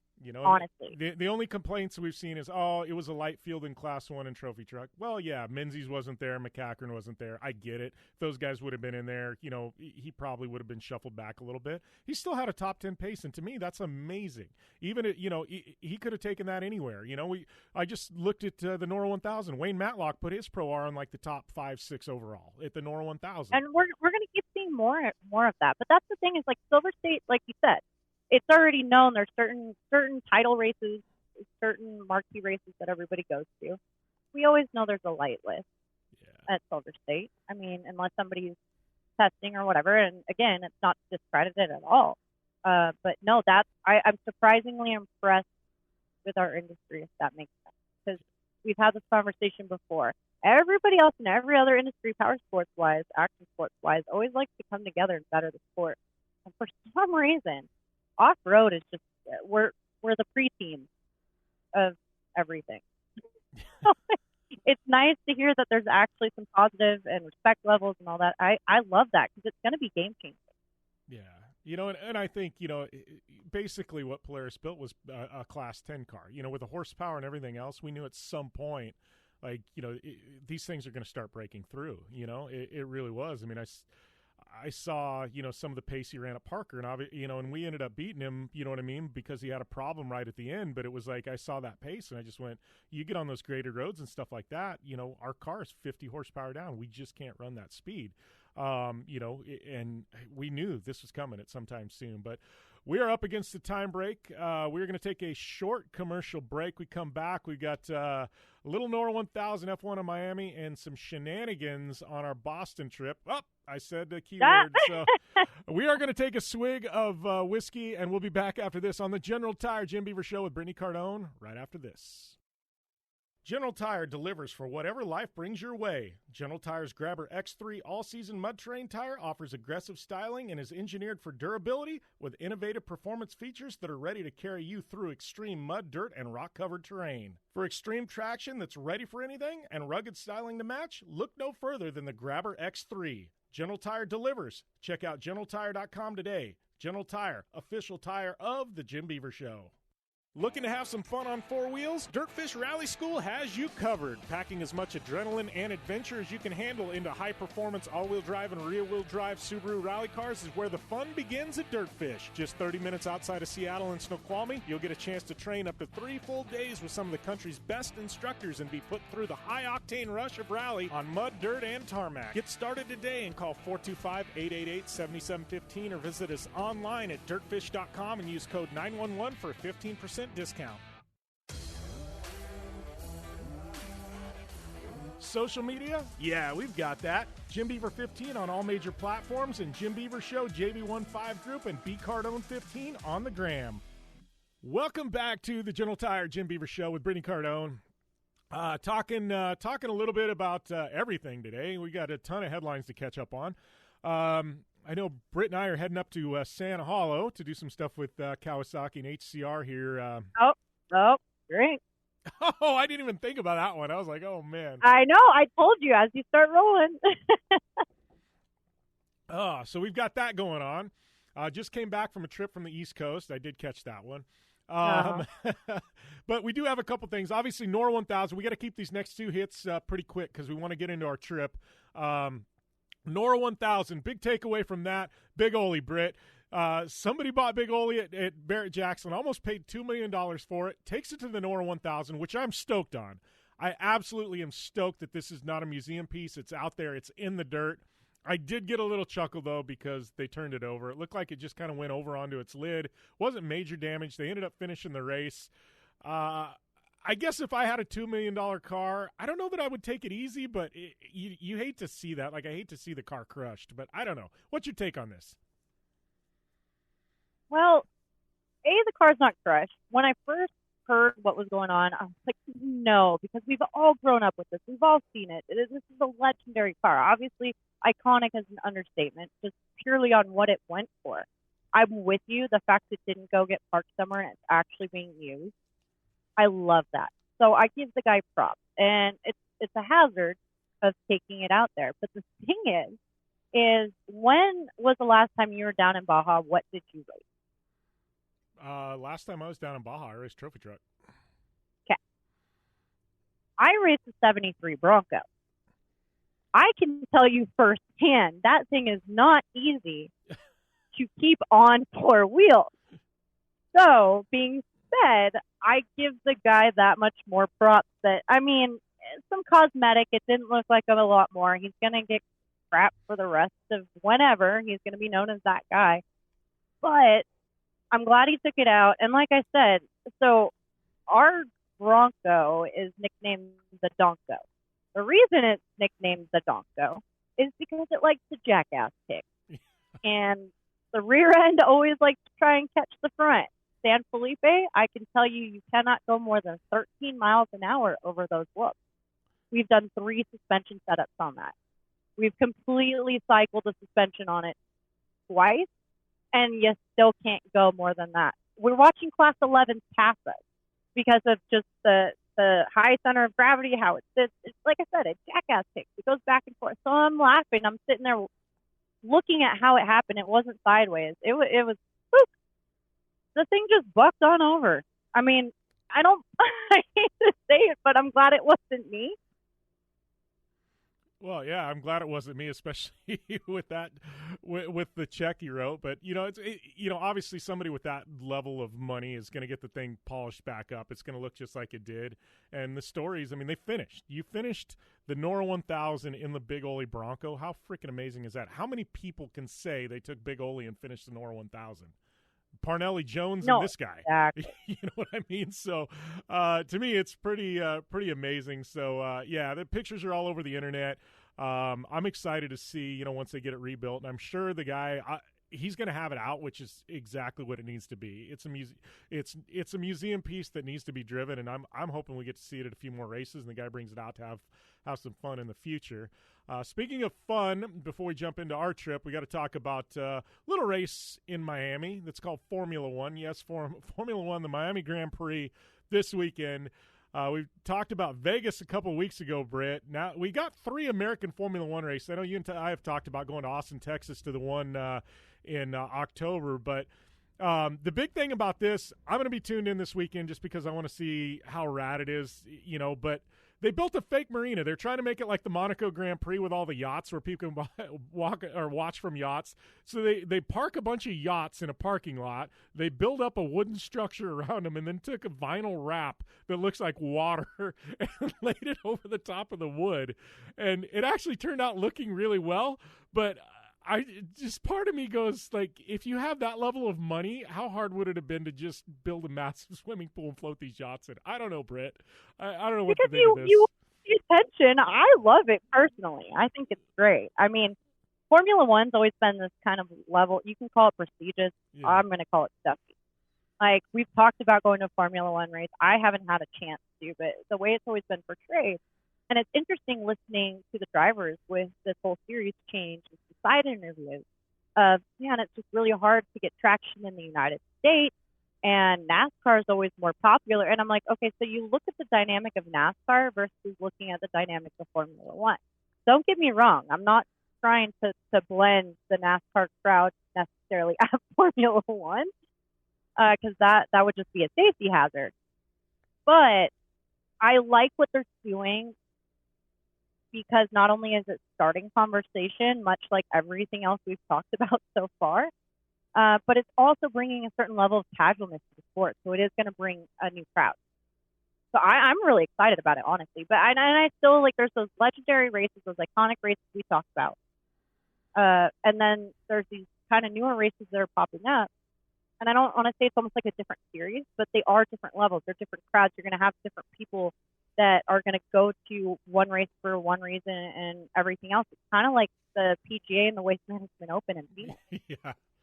What I think that's the best analogy you can do. It's like Long Beach Grand Prix. That's the most prestigious open wheel race. It's just a party. People go there for the concerts and the booze and the drinking and you know, just the party, you know. And I think Formula One to an extent is that. And I look at the places they're putting in Vegas, you know, Miami, stuff like that. You know, you're getting a big crossover crowd. I can say that I don't know how much crossover crowd can afford the $3,000 tickets for the Miami Grand Prix that they inflated the costs on, but I don't know. I mean, if you can bring your yacht to watch the race, it's probably the similar crowd. Yeah. So that's what I mean. It's kind of just meshing the two together, which is going to be interesting as hell. I like it. And somehow our friend Drew Schultz is there. My point exactly.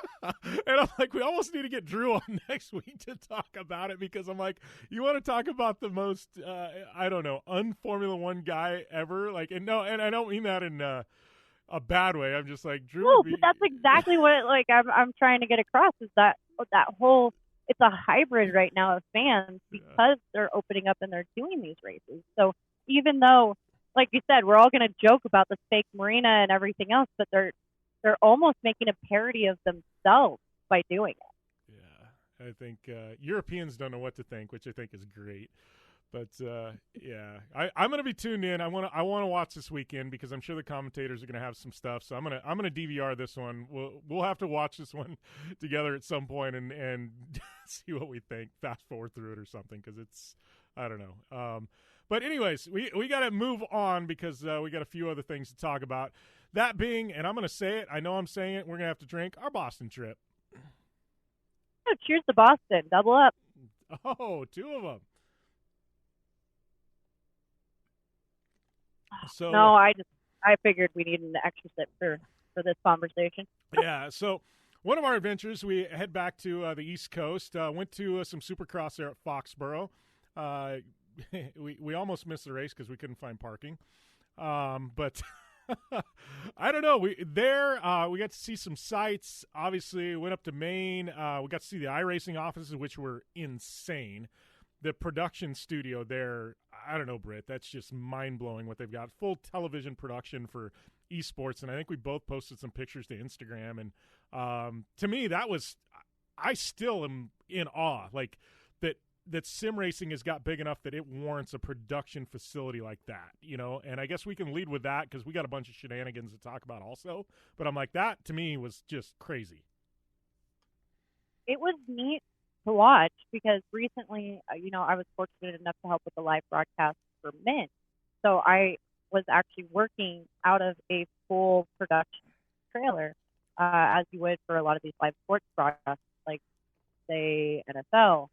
And seeing what these guys have created on a digital level, and they're running full broadcast and asking certain questions, now knowing what it takes to run a broadcast on the backside for television, and seeing what these guys are doing. I don't want to say on a smaller scale, because what they have is gold. I mean, it's amazing.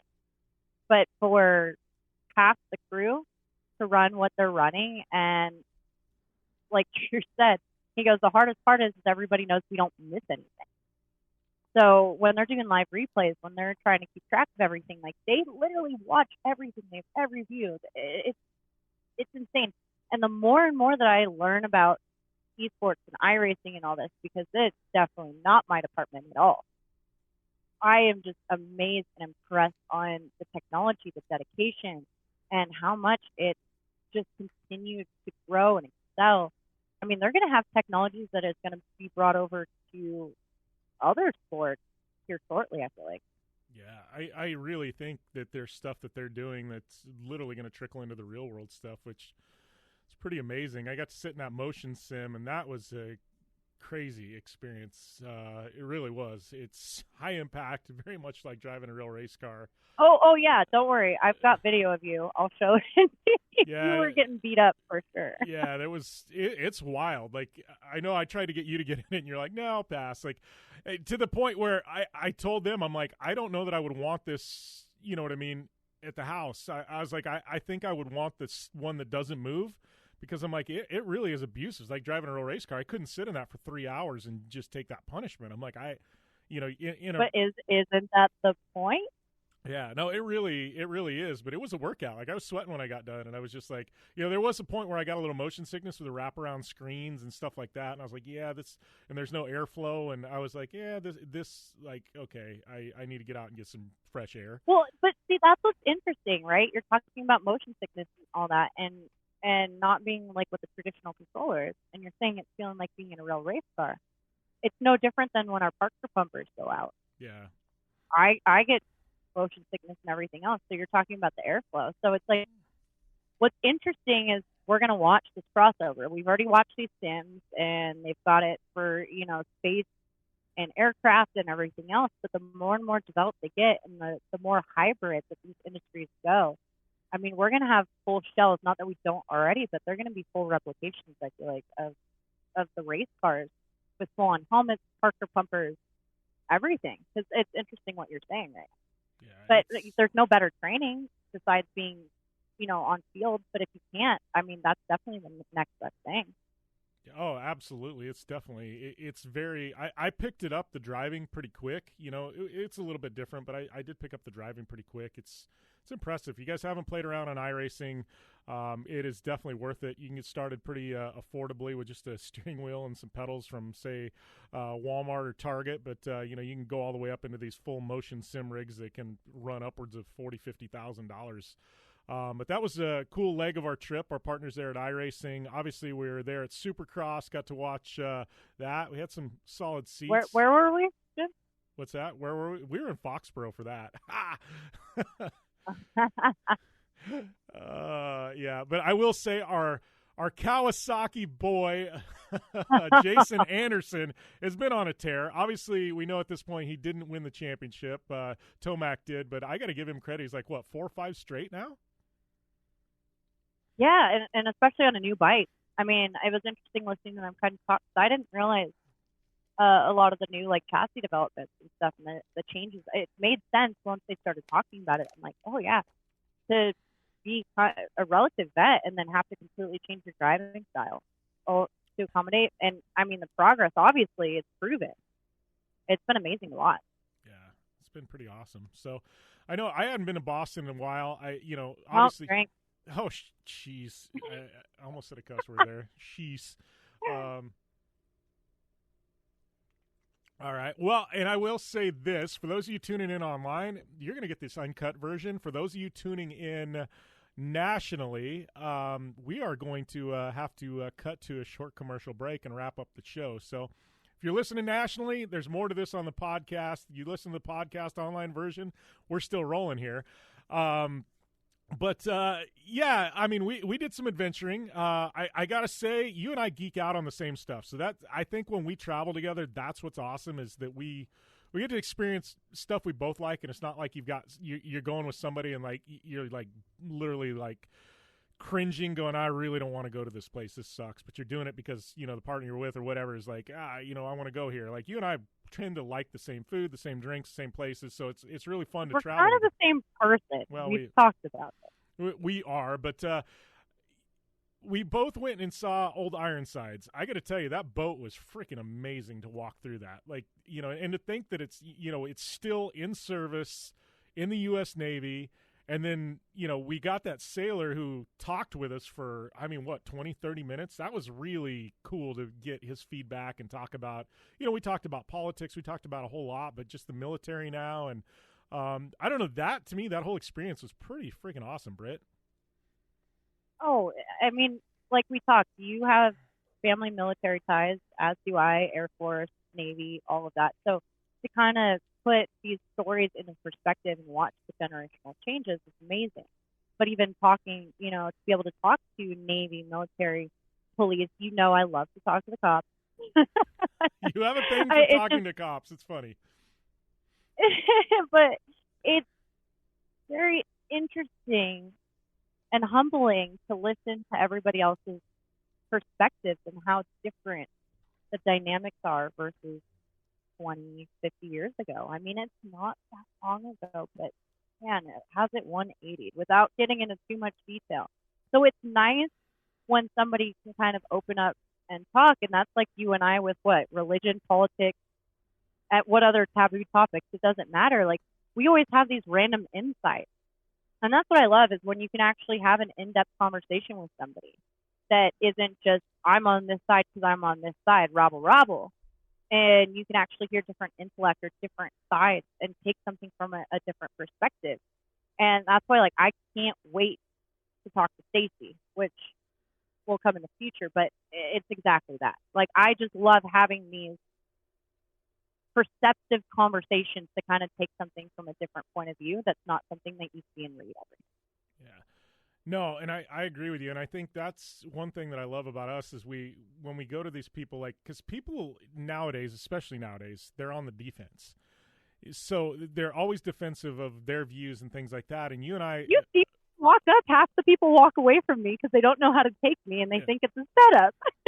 No, and that's funny. And it's even like when you talk with the officers, like I stand back a few feet and kind of let you go over and break the ice. And then if things are good, I'll come over, you know what I mean? Or if they turn bad, at least, you've got backup or something, you know what I mean? But and I don't mean that in a bad way, but it's just, we humble ourselves when we go. We're like, hey, we're not looking for an argument. We're looking for a discussion. And when you approach it like that, you know what I mean? We don't want to change your mind. We just want to know the way your mind works. And that's kind of the way we approach these conversations. We've had some amazing conversations all over the country with people because we approach it, in a different manner than most people do, and that's when you really get to learn about people and culture and different locations. And I think that's one thing I love about our adventures together is I feel like we've learned so much, not only about ourselves, but about people in general in this day and age. No, exactly. Our inquisitions give us such a better idea of what's actually going on. I can't say in the world, but at least I can definitely say nationwide, because you and I have hit, half the country in the past 2 years, and we've watched state to state, and we've seen how literally walking across an imaginary border over 100 feet from one state to another, and how polar opposite everything is, and how, I don't want to say brainwashed, because that's such a bad thing to say, but just how close-minded a lot of perspectives are. And mainly, like you said, everything's always on the defense. So when you truly just inquire, or you want to know, or you're curious and you ask for somebody's opinion and there's no agenda, they necessarily don't know how to take it at first. But once they get acclimated to it and you start a genuine conversation, I really feel like if more people could have conversations like we do, I mean, the range that we have conversations with of different people and backgrounds and occupations, if that genuinely happened more often, I feel like we would not be at such opposite ends in every spectrum right now. Yeah, it's like one of my biggest regrets from that trip, people-wise, is we went to the Salem Witch Museum, and there was an actual witch that took the tour with us, and like, I was kind of bummed after it was all said and done. Like, I would have loved to go and bought her a drink and like talked about her religion. Like, I would have loved that. You know what I mean? To like dig into her brain and find out, she's an actual practicing witch. Okay, I want to know about this. Not to make fun of you. Like, I legitimately wanted to know about it. And I feel like to me, that was one of the biggest bummers is we, and she was with some family and stuff like that. It wasn't going to happen, but it was like, I would have loved to pick her brain, No, but exactly. And like I said, when you first start those conversations, people look at you and they assume you have an agenda, or there's a hidden camera, or there's this or that. So it's like they don't know how to take you. But how many times do we just open those conversations randomly? And it's amazing how much insight we've gotten just on people, on humans, on I don't know. I feel like you and I are both in that same mindset of just, I don't want to say necessarily learning more, because I think we kill more brain cells than then we're learning stuff. But life is interesting to me. And I laugh because I used to be so passionate about certain things that at the end of the day just didn't happen. I mean, they do to a certain aspect, but now it's like I love life. I love what we do. I love what we get to go see. I love the people that we meet. I'm looking back at our conversations that we had through social media, just following up on certain things, on the random people that we meet at every event we go to, whether it's sanctioned or not, or these trips that we decide to kind of create, and who we get to meet and how diverse, just by reaching out and actually talking to somebody. It's as simple as somebody taking a selfie and going, hey, can I take a picture? You guys want me to take a picture? Something that used to be very normal 10 years ago that now it's like, why are you talking to me? Why are we having this human interaction? So everybody's just immediately defensive right now, understanding it. But once you open up, like, everybody's the same for the most part as far as just being human. Yeah. We all want to enjoy each other, enjoy life. Like, it's really just that simple at the end of the day. Yeah, I agree. Yeah, well, it's even, I don't know, it's like you said, people don't know how to take us. It's like, one, it's how many times at this point have you and I been in a bar, you know, Boston? Okay, we're drinking. Yeah, he's getting thirsty. He's getting parched. We'll talk about that later. Parched, yeah, we got lots. Like I said, you guys listening online, you're getting the bonus content here because this might run for another 20 minutes, 30 minutes. I don't know. People say that they enjoy getting to know us, but I think the rest, everybody else is kind of rethinking their life decisions right now. Yeah, but no. How many times have you and I mean, okay, so first bar we were in, the night we got there to the East Coast, we ended up there and we're talking with some people. I mean, to the point the girl wanted to come hang out and stay with us or something like that when she goes to Utah. Next night we go to a bar and the bar shuts down. We're having such a good conversation with the bartenders. Everybody leaves. We sit there for an hour after hours when it's closed, drinking beer with the bartenders, talking just about whatever. They invite us to go to another bar the next day when they're off to hang out, you know, and it's like, you know, and then the next day we're at the bar when we're traveling or when we're walking around the boat area, and it's the outdoor bar, and we sat there with that bartender and talked for, an hour and a half, and we probably would have been there longer except for we had to go, but it's like, it's just crazy. I look at the conversations we get into with people, and, like, we really get to know, like, and that's one thing I love about our travels, because we go in and we don't have an agenda. We need to hit all these things. We go and we talk with the bartenders and locals. What should we go do? What's off the grid? Where would you go? What bar do you go to? We want to know about the famous things and the tourist traps. We want to know what locals do. You know what I mean? And we've got to have such culture. Awesome we want local culture, local environment to actually know what the areas are like, not what's put on the brochure. Yeah. Yeah, exactly. And we've seen some good music, too. It's like we always search for music. And like you said, Poor Stacy, you know, obviously there was, Anywhere Nowhere was the headliner. He's local there to the area. But Poor Stacy, what an amazing talent. And I know we talked about that. At some point, I've been DMing with him. He's going to come on the show at some point. But I just have to say, like, if you guys don't know who Poor Stacy is, what would you say? It's a mix of, I would say, like techno, hip hop, punk rock, metal, like it's rap. It's like a crazy hybrid, Britt. Like, it's amazing though. It's invoking. If you're into music at all, I don't know how to explain it, but after the second song, I looked at Jim and I was like, this is incredible. Like, and again, both bands amazing, but as an opener, as a hype band, and I know they've got history together, both growing up locally, touring together, but seeing the lyrics that matter, and like I said, this will be for another conversation, but not dwelling on it, seeing the college crowd together, I'm pretty sure I looked at you that night and I said, well, the world's somewhat back to normal. Yeah. Because we would not have been able to be in the situation that we were with the diverse crowd that we were and the shoulder to shoulder that we were. And it was so nice just to feel, I mean, it brought me back to when I used to go to concerts weekly and just how you get lost in the music. And it's been a long time since I've seen just that live dynamic where you just get absorbed into the stage and watching all the younger crowd, all these college kids, just same thing, lost, happy for how busy it was, and to not watch a single fight or an issue or anything like that. Everybody was moshing, or what was it again? Kick pit, circle pit. It's circle funny pit, the East circle Coast pit. versus West Coast wording. Circle We had pit to on the East translate a Coast. little bit. Yeah. But everyone was genuinely having a good time. And everybody was feeling the music. It's been a long time since, I think it was an Offspring concert 5-6 years ago was probably the last time that I've had that feeling. And they've been doing it obviously for years.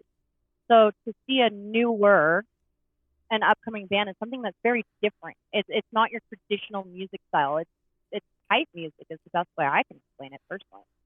Yeah. It was different. I loved it. Yeah, same here. And that's one thing, like, when we travel, well, shoot, just on a day-to-day, whatever, but it's like we travel immediately we go and we look what concerts, what music venues. I mean, last year we got to see, obviously we saw Shrimp Cocktails. Yeah, Shrimp Cocktails. But we saw, obviously we saw Kid Rock, Tim Montana. Those were the big ones. But even like when we were in Rehoboth, we went and saw, what was it, a Led Zeppelin tribute? Let the Let Out. It was an amazing venue, but they were great. Like, you and I just try it. It's like whatever's there, we're gonna go and take it in, and it's I don't know. It's been a fun run. So I'm just looking at this list of stuff. This list I'm like, I think there's no way to segue into these. We just have a list. Well, okay. So here's my main question. So if we're on podcast time now, can we talk freely? Yeah, we're on podcast. We're on podcast right, cool. time, so we can say whatever the hell we want. I'm looking at our notes and I've been trying to figure out how to segue into some of this. Now I don't have to, so we're good. You start going. Yeah, we're not PG right now, so yeah, we're off the clock. Sirius XM is wrapped, and this is the bonus episode for those of you tuning in line. So I just laugh because I'm looking down this thing, and like Britt said, we're the same person. So it's like night before trip, we're texting each other, we're whatever. You know what I mean? It's like we our brains are one at this point, and it's like packing. I mean, I'm just looking at the packing. I'm like, I forget it at this. We're texting each other at like 3 a.m. Oh, it's no. We were having a Twitter war. Okay, even worse.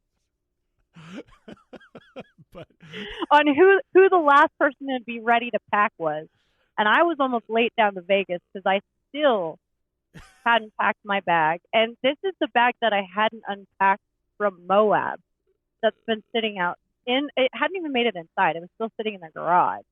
And so I laughed because I sent Jim a picture at midnight, and I'm like, oh, finally brought this inside.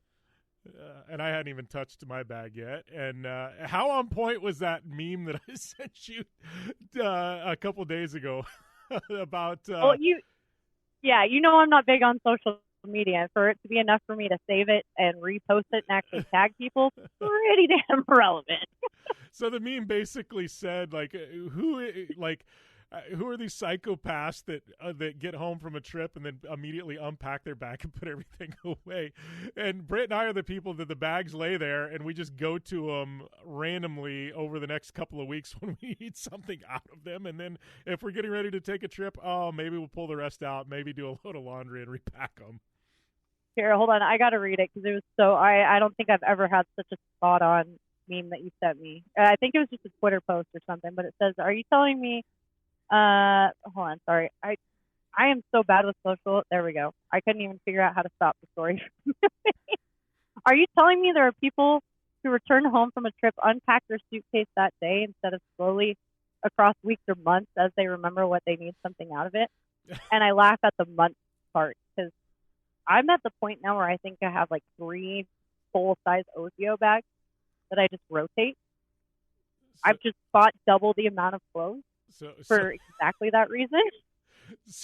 So when I see a charge on the credit card that you ordered another OGIO bag, it's just because you didn't want to unpack the ones you already have. Is that what it is? Thanks, Philo. Oh gosh, I'm just looking at some of these. Like it reminds, like there are notes, like our joint notes that we want to talk about. We just try and save memories and stuff. And I'm looking like there's the one, the turnstile. Well, they have these random ass turnstiles. Okay, hold on. We're gonna backtrack where we go back to being the same person. So we always joke that we're the same person, and I'm going all the way back to right before we started this segment, and you sent me a lap full of granola because you picked up the bag upside down and decided to go straight to the whiskey. We're the same person. So on that note, out of all the trips we've taken, we've never been so much the same person to where we were doing double takes and passing conversation of this, to where we actually started taking notes. The turnstile, the notes are separate, but the turnstile was a joke and a half. I don't even know what happened, but it wasn't one of the big, like, shopping mall turnstiles. It was one of the little... No, it was! It was! Is it the one that stopped? Because I was thinking, there's the one that stopped. Okay, I was thinking about the little one where I ended up getting in the same cubby hole as you, and it was, like, claustrophobic. No, that was at dinner. Oh, that was... Yeah, I don't know.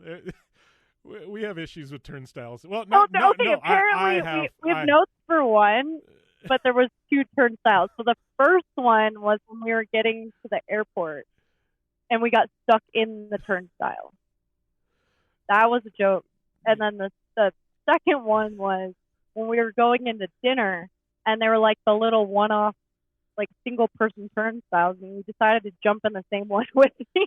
What? And I think it was the first time in years that I actually like felt kind of claustrophobic and needed some personal space from you. Because I was even looking over my shoulder, and by the time we got through, I looked at the hostess and I was like, "How often does that happen?" Well, like as soon as I got in there, I was like, "Well, there's nothing awkward with us," but I was like, "This is awkward." Like it was just one of those where I'm like, I'm in your space, and like.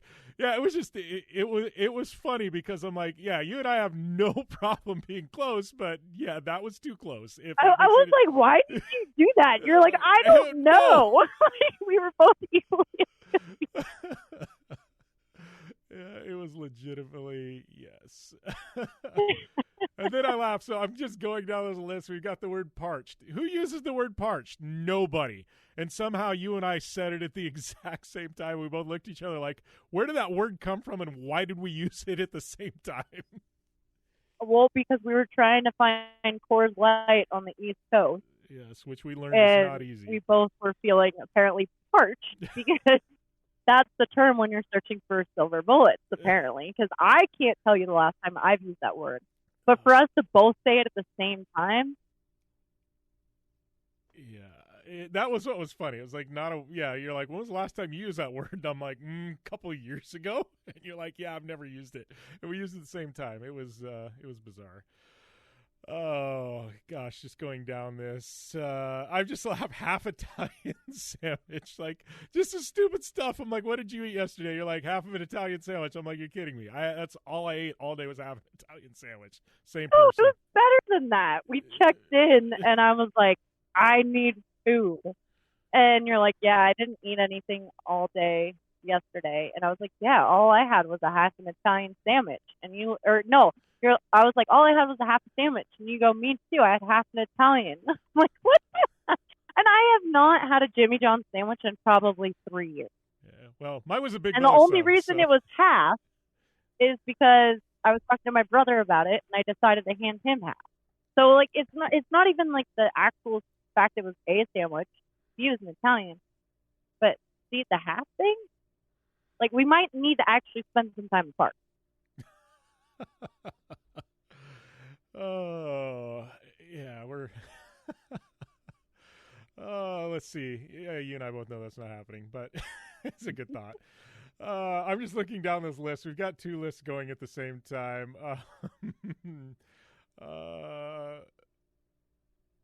Some of these we're going to save. We're going to save a couple of these. Oh, here, close out, save it, come back in. Yeah.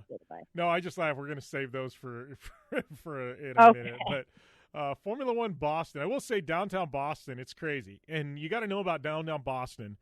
Obviously, that city was built 250, almost 300 years ago, portions of it. Everything was built for, like, wagons, so everything's so ridiculously tight. Like, if you're claustrophobic, downtown Boston is not for you. It was... I didn't know that that wagons couldn't take a right turn, like a 90-degree turn, though. That's something new I learned on that trip. And then second, you and I just said Boston now 4 times. Oh. So. Oh, gosh. All right. Let's, I got to open a beer. Well, I'm still drinking a little whiskey. It's all I got. I got 1 sip left. I'm saving it. All right. Okay, continuing on. Wagons taking a right. We're gonna get Actually, I'm gonna pause and rewind and do a little backstory. So, 2 years in of Jim and I traveling and having rental cars and going to all these places, there's one thing I can tell you is Jim is not the best driver on normal roads. Meaning, I've never been worried for my life, and he's safe, but he does not pay attention. He does get distracted at everything. He doesn't listen to the navigation. We could have Siri. I could be telling him, I'm like, hey, we got to get off at the next exit. We drive right past. I'm like, okay, or the next one. Huh? Oh, we take a lot of scenic routes. So one day Jim says it's a good idea. Hey, I'd be really curious to get you in the race bus. It's been years. But I'm thinking, okay, he did single seat for long enough. Like, there's no pressure. Sure, it'd be kind of fun to get back in the car, especially with all the developments we've talked about with the UTVs. I hadn't been in an updated race car in 5-6 years, which you can imagine the differences on that. And so I laughed because Jim and I, we couldn't be more polar opposite. Am I exaggerating at all on that? As far as driver, co-driver, navigator, whatever you want to call it. We're like an old married couple that's senile and half deaf when we're trying to drive around on the trip. Yeah, I would say old married couple is definitely relevant, but it's not like a volatile old married couple. It's ones that poke fun at each other. No, senile. Yeah, that's why I said senile. Yeah, I would say that's. We've had people say you guys are like an old married couple, so yeah, I'd say that's very relevant. I'm like, oh, here we go. I'll just make a smart-ass comment, and then you figure out 2 miles later, you're like, why is the GPS telling me to U-turn? Well, because you missed the freeway like 5 miles back. So I couldn't believe when we got in the race car, the actual synergy and how much are literally becoming one person. Like, it blows my mind even now how well we do in the race car, because it's comedic when we're traveling. Anyway, so we are trying to meander our way through downtown Boston, which looks, I'm trying to think of what a square version of spaghetti noodles would be called, but there's seriously not a grid, there's not a right angle, nothing. And I'm like, how entertaining would this be to have Formula One in Boston? I think it'd make an insane. I actually just don't know that there's enough room, to be honest with you. I think it'd be insane. The backdrop would be freaking badass. I know. They talked about doing one in New York City at one point, a Formula One race. We actually have a poster of it that's in hiding, the Formula One U.S. Grand Prix. But it never happened. But I think Boston would be insane. They actually tried to do an IndyCar race in Boston a couple years ago, and it was almost signed off on them for some odd reason. It fell apart at the last minute, but they were going to do – it wasn't in downtown. It was like one of the areas of Boston around the ocean, but maybe Seaport, something like that. But they were how many times did you just say Boston? I don't know. Enough enough that we're having a drink. Oh, man. No, I just laughed, though, because, like, even being in downtown New York, it's still grid. Relatively, like, there's a few little 45s cut in there, but I really do not think there was any perpendicular lines of the entirety of downtown. And like you said, there's not enough room with them being all one way and stuff. I feel like that would be half the fun. Yeah, you'd have to put together like a whole strategic game plan on where to be able to pass people, and it would almost take like kind of what we have to do at desert racing. We know, okay, this area is going to be tight. Here's high speed. Here's where we got to pace people. Here's where we got to pass. Yeah, I honestly, I challenge anybody. Go to Google Maps or Google Earth or something like that right now and zoom in on downtown Boston, like downtown crossing area around Boston Commons, stuff like that. It's actually, look at the roads. It's crazy. The nice thing is everything's walking distance, so we didn't have to walk very far. But I challenge everybody to look at it and then tell us what you think the road course could be, because you could have some really, really. I didn't want to say entertaining, but you could have some, I would say, some courses that nobody's ever seen before. Let's put it that way. What about a art drifting? What are those, the little... Drifting? Yeah, the little drift cart. Yeah. Not the tricycles? Oh, yeah, the drift trikes. With the casters on the rear. If you had, like, EV versions of those, and we made a little mini course. Crazy carts. Here we go. Red Bull, idea number 2. Yeah. But I will say... Yeah, the crazy cart. Crazy carts. I will say, segueing into another topic, you got to watch out for the National Treasure glory holes. How was that one for a segue? Oh, and it's so not what anybody thinks. Yeah. All of our not PG stuff is still pretty PG. Yeah. But it was sketchy. What's crazy, though, is everybody else was walking by didn't think anything of it until you pointed it out. And we're sitting there going, what the heck? And then 3 days later, it's still there. They just put a cone next to it. So in context, her and I are walking, and they've got like the old cobblestone streets. Not cobblestone, it was brick. But the brick streets, one of the bricks had fallen through. And so here you've got the street, cars driving on it, everything else. And it was a full-on sinkhole, let's be real. It was a sinkhole. If you looked at the street, you could tell it had been repaired like 18 times. Yeah, and we're walking, and I was like, Britt, look out. And I was like, look down. We looked, and literally a brick had fallen. I looked, and it was probably a 10-foot deep hole. And, like, nobody seemed to care. And then I pointed out, so everybody starts walking around, and I was like, that's like I called it the glory hole. Then I was like, that looks like something off the National Treasure movies, in Boston, where they're, like, trying to find, the gold or whatever. But it was just funny because it's kind of like Texas, where they just don't give it – we can cuss. They just don't give a shit. Yeah, because we're off air. But it was literally like a freaking hole. Cars are driving by, people walking by. It was literally just like Texas. Nobody cared. No fucks given state. Like, it was just we were laughing because 3 days later, the hole's still there. There's a cone next to it. Not covering it up, just next to it. Well, and there was 2 bricks down this thing. Yeah. But I laughed because we walked by. You tripped out on it. We went wherever. We came back after dinner. And then there was 3 people standing around the hole hovering and staring at it.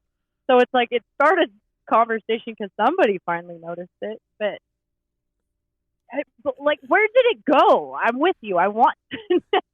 Yeah, is there like secret underground tunnels and passages down there? Like, that's where my mind went. But it was funny. Like, literally nobody cared. People still walking over it, driving by. At some point, it's going to cave in, and it's going to be headline news. Downtown Boston caves in, swallows 3 cars and 20 people.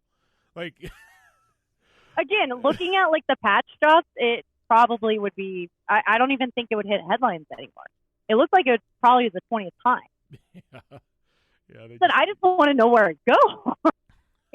I have so many more questions after you pointed that out. And then I'm like, okay, so this whole area, but there's just the one brick that's missing.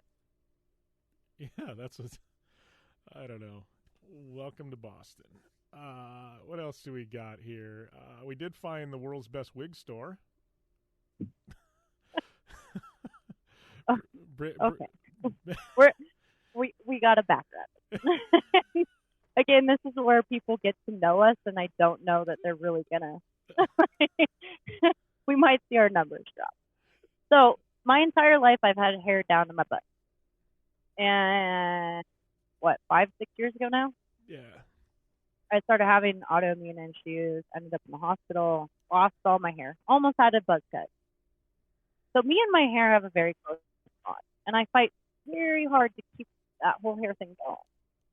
And going back to our 2 a.m., 3 a.m. packing shenanigans, it's usually my routine with gross and sort of random color of the week that I decide in there and go on with my business. So, last year, Stanford, was it?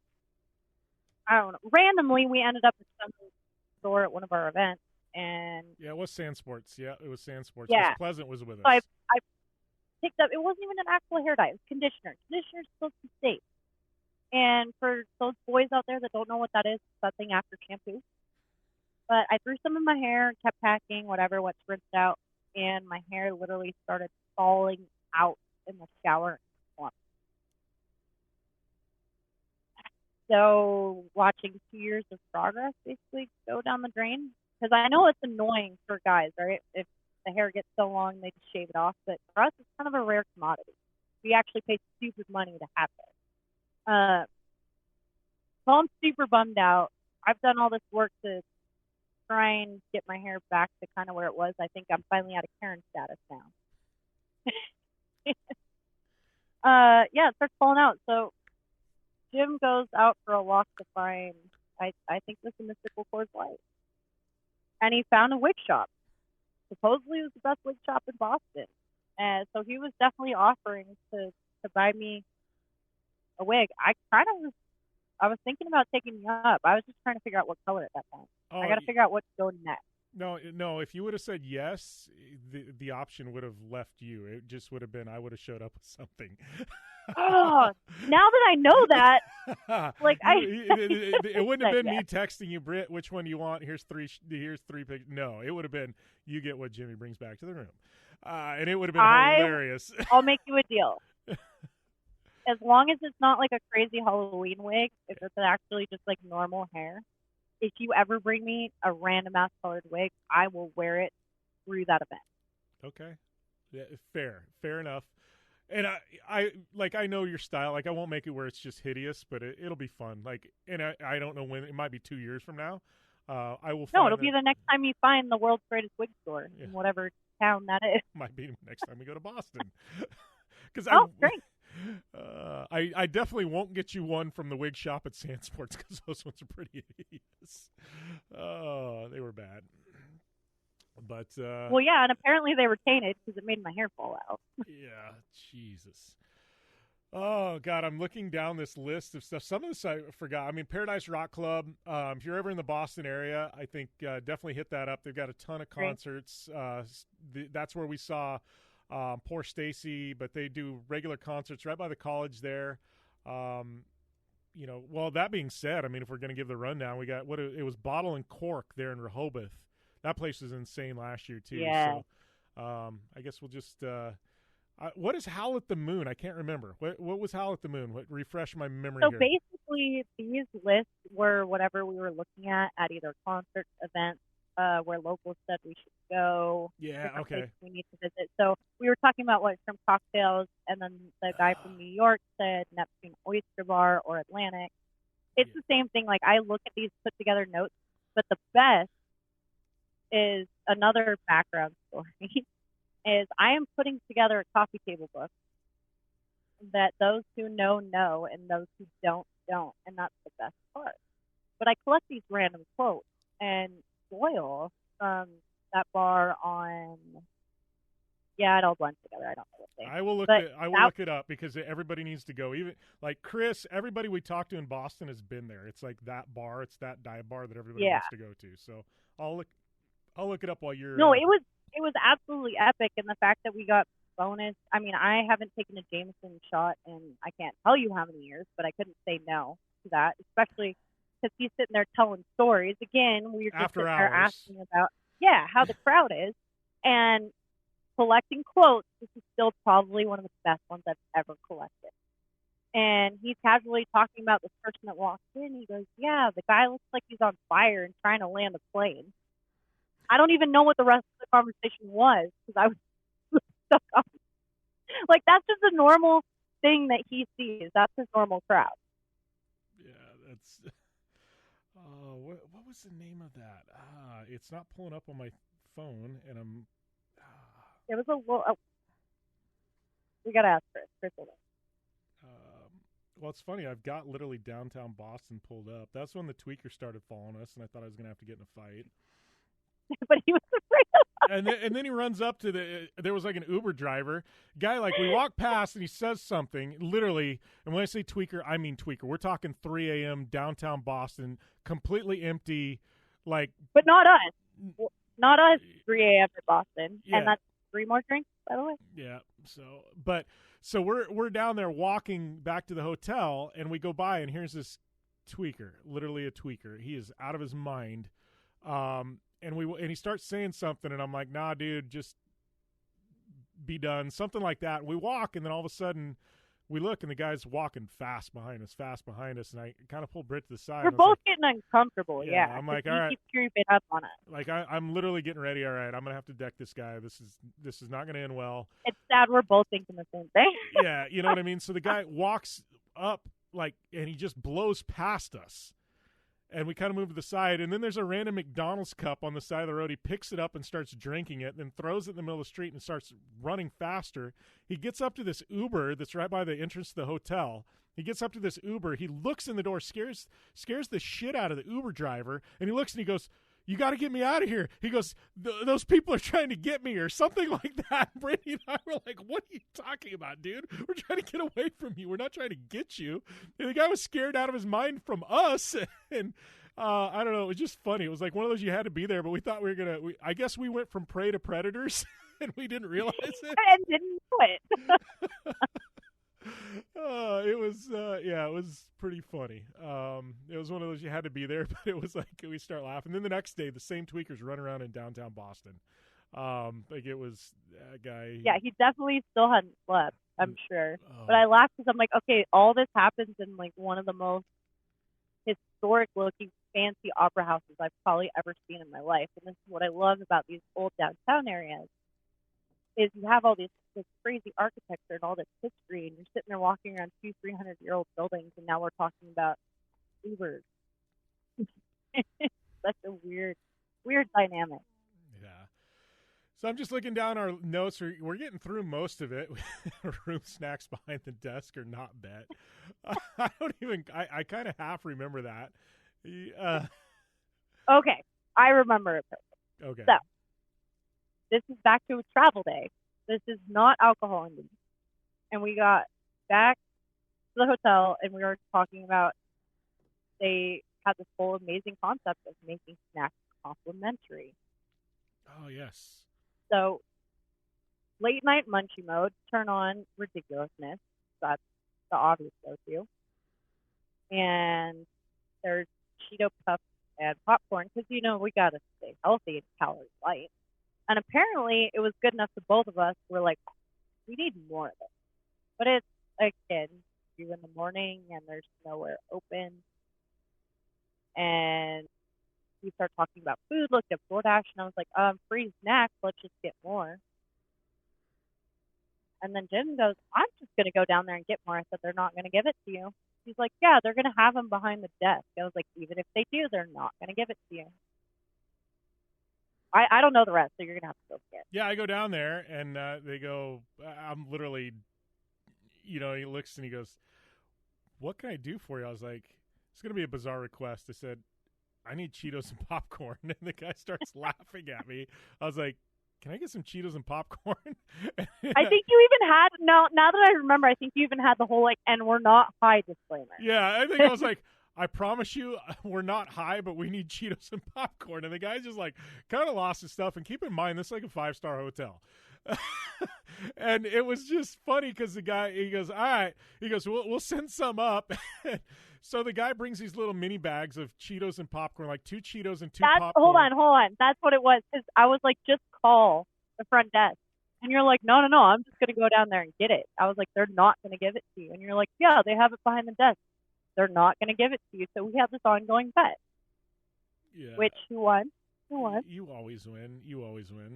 I'll concede. But, yeah, so the guy walks up to the door of the room, and he's got all these Cheetos and popcorn.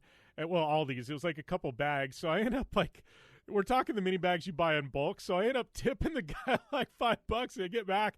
We're excited because we got Cheetos and popcorn. I start laughing. I'm like, the tip was probably worth 10 times what it actually cost them for the Cheetos and popcorn. It was just the whole thing was comedic, but we got our Cheetos and popcorn, and it tasted damn good at 3 in the morning. It was such a random request. I was laughing at that though. Like, well, that's what they said. we do. Yeah, well, I laugh because us, like, we like to stay at nice hotels. I mean, that's, you know what I mean? We do, but it's like we're not like nice hotel clientele to an extent.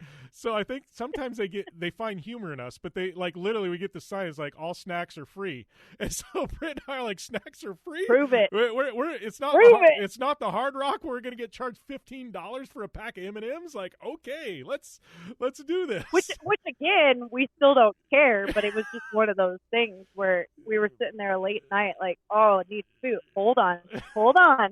They said the snacks were free. Yeah. Let's test this out. And you could tell they had not had that request before. No, most people, probably the Cheetos and popcorn had been there for a month because everybody that rents that room never takes the Cheetos and popcorn. We were the ones that, like, every last snack got taken. Like, it was bad. Okay, when we pulled in, the valet thought you hit a car. Gosh, I won't even tell him. He's like, "Are you guys okay? Can we help you?" Yeah, we're just checking in.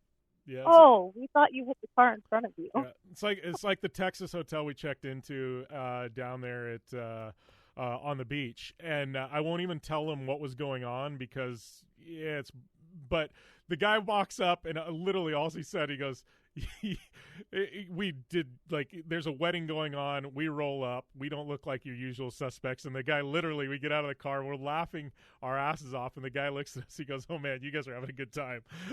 It was just, yeah, it was one of those. Usually the valet wants to know is if we're lost or can they give us directions to where we go. Hence why everybody loves us when we travel, because we have a good time. Like, we have random conversations, and I don't know, it's like most of the valets, you can tell they're bored. Like, all right, let's go have a drink after you get off. Tell us where we need to meet you. But see, that's the cool thing, is we're not obnoxious enough because we know how to, I guess, pretend to be adults when we need to. Yeah. So we do get to meet all walks. It's not like, oh man, somebody got like a Priceline discount over here, we're gonna look this way. The guy at the front desk, like, he was so informative. He almost got choked up, like, afterwards. So, like, we get to the front desk, we got to check in. Amazing guy. Like, literally, every last question, he was so on point. Everything was ready. Super nice, super polite. Go get checked in later. And I can't remember what it was, and I come down and I ask him Well, it wasn't even questions. It was, he volunteered information. He basically was like, do you need to know this? Do you need to know that? Like, he fed us information. Yeah, we, like, later on, we came down, we asked something. It might have been the next morning, and he goes, okay, you know, and he starts walking, and I just literally, I looked and I said, I just have to tell you, dude, you're really freaking good at your job. You're amazing. Like, whatever they pay you, you need to be paid more. Like, thank you for everything. And, like, the guy almost got, like, choked up. Like, but he was amazing. And I think that's one thing with you and I, like, if somebody's good at their job, if somebody's doing something awesome, like, we have no problem giving them respect and kudos and whatever. Like, we have a good time, but at the end of the day, like, we've met some amazing people and had some great experiences. Like, I have no problem giving people their props when they're doing. That guy deserved it. We always say that. Okay, so you got to take reviews with a grain of salt. Every time you get online, we always know there's two sides to every story. Nobody takes the time, for the most part. We try to. But when service is good, it's expected. When service isn't, there's an issue. But even being at a 4 or 5 star, I mean, we went to a very high-end dinner, and that was a complete opposite experience. Yeah. And he wasn't doing his job because he was doing his job. He was going over and beyond, and it clearly showed. And it's nice when you see people that are enthusiastic and passionate about doing what they do, especially in the service industry. And I think that's why we get along so well with valet and bartenders and front desk, because we see the same thing that goes unnoticed day after day. And it's funny that I'm actually bringing up Philo twice in a conversation, but it was so cool watching him in, where were we, Houston? Dallas. Everywhere we went, every check-in, every security guard, every door person, elevator attendant, he was like, thank you for what you do. I hope you're having a good time. And had all these social stats on acknowledgement and behavior and just whether or not that they were happy people based on occupations and stuff, and how much of a difference it makes. And that resonated with me. Since then, like, I really go out of my way, because for me, it wasn't even intentional, or I guess it was. But I like being in the background a lot. I don't like being noticed. So for me, it's the opposite. So it really kind of changed the tone and gave me, again, what we talked about, a different perspective. To where sometimes, like, people do like being acknowledged for their jobs and simply doing their job, and it's not an entitlement thing. But a lot of people have very, very thankless jobs, or they don't get that human interaction that you and I kind of try and run away from in our off time. So it's interesting, but yeah, it's amazing how quickly people just open up and just brighten up the second you start talking to them. Yeah, and that's one thing I love about our travels and our adventures together is we've got to meet, all these amazing people, and I don't know, I like to think we leave an impression on people, not an impression like, hey, I remember these sure people. We do. Well, we leave those, but like, hey, those people were pretty decent. You know what I mean? Like, you know what I mean? And hopefully when we come back, we ever see them, they remember us. Oh, hey, how's it going? Because it's some hotels we found we like, and we go back to them and things like that. So I don't know. It's just one of those where, I don't know, we like to do right by people, I think. It sounds funny, but I don't think that it's a matter of people forget or remembering. I don't know that people necessarily forget, because we try and go out of our way to interact and keep those dynamics, and it's funny how many people we still talk to. Like, think about just in casual, like when you and I really started working full time together, how many of my friends or industry partners and vice versa that we've gotten to know, that you speak to them more than I do, and opposite. Like, our network just in people has expanded in the best way possible over the past few years. Yeah. But we stay in contact. Yeah, no, that's it. We do. We got some amazing group texts and funny stuff. And I'm just looking down. I mean, we got, I think, about 2 things left to key in on. Gosh, the one I've been dreading, the jizz chair. And No. God. So there's just a random ass chair. It's the only chair in the room. So I'm sitting there tying my shoes. Britt looks and she goes, "Oh, it looks like." No. I'm gonna pause it. It's funny. Like, you still remember this differently. So it wouldn't have been, because we're usually pretty PG.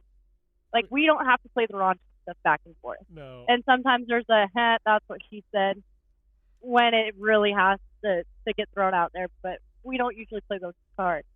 And it was hilarious because you're looking at the chair and you were genuinely confused. It was the office chair. And you're like, what is this?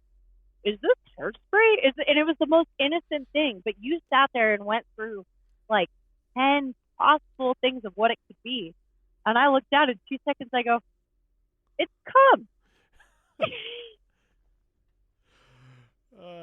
Yeah. And then I didn't sit into the rest of the thing.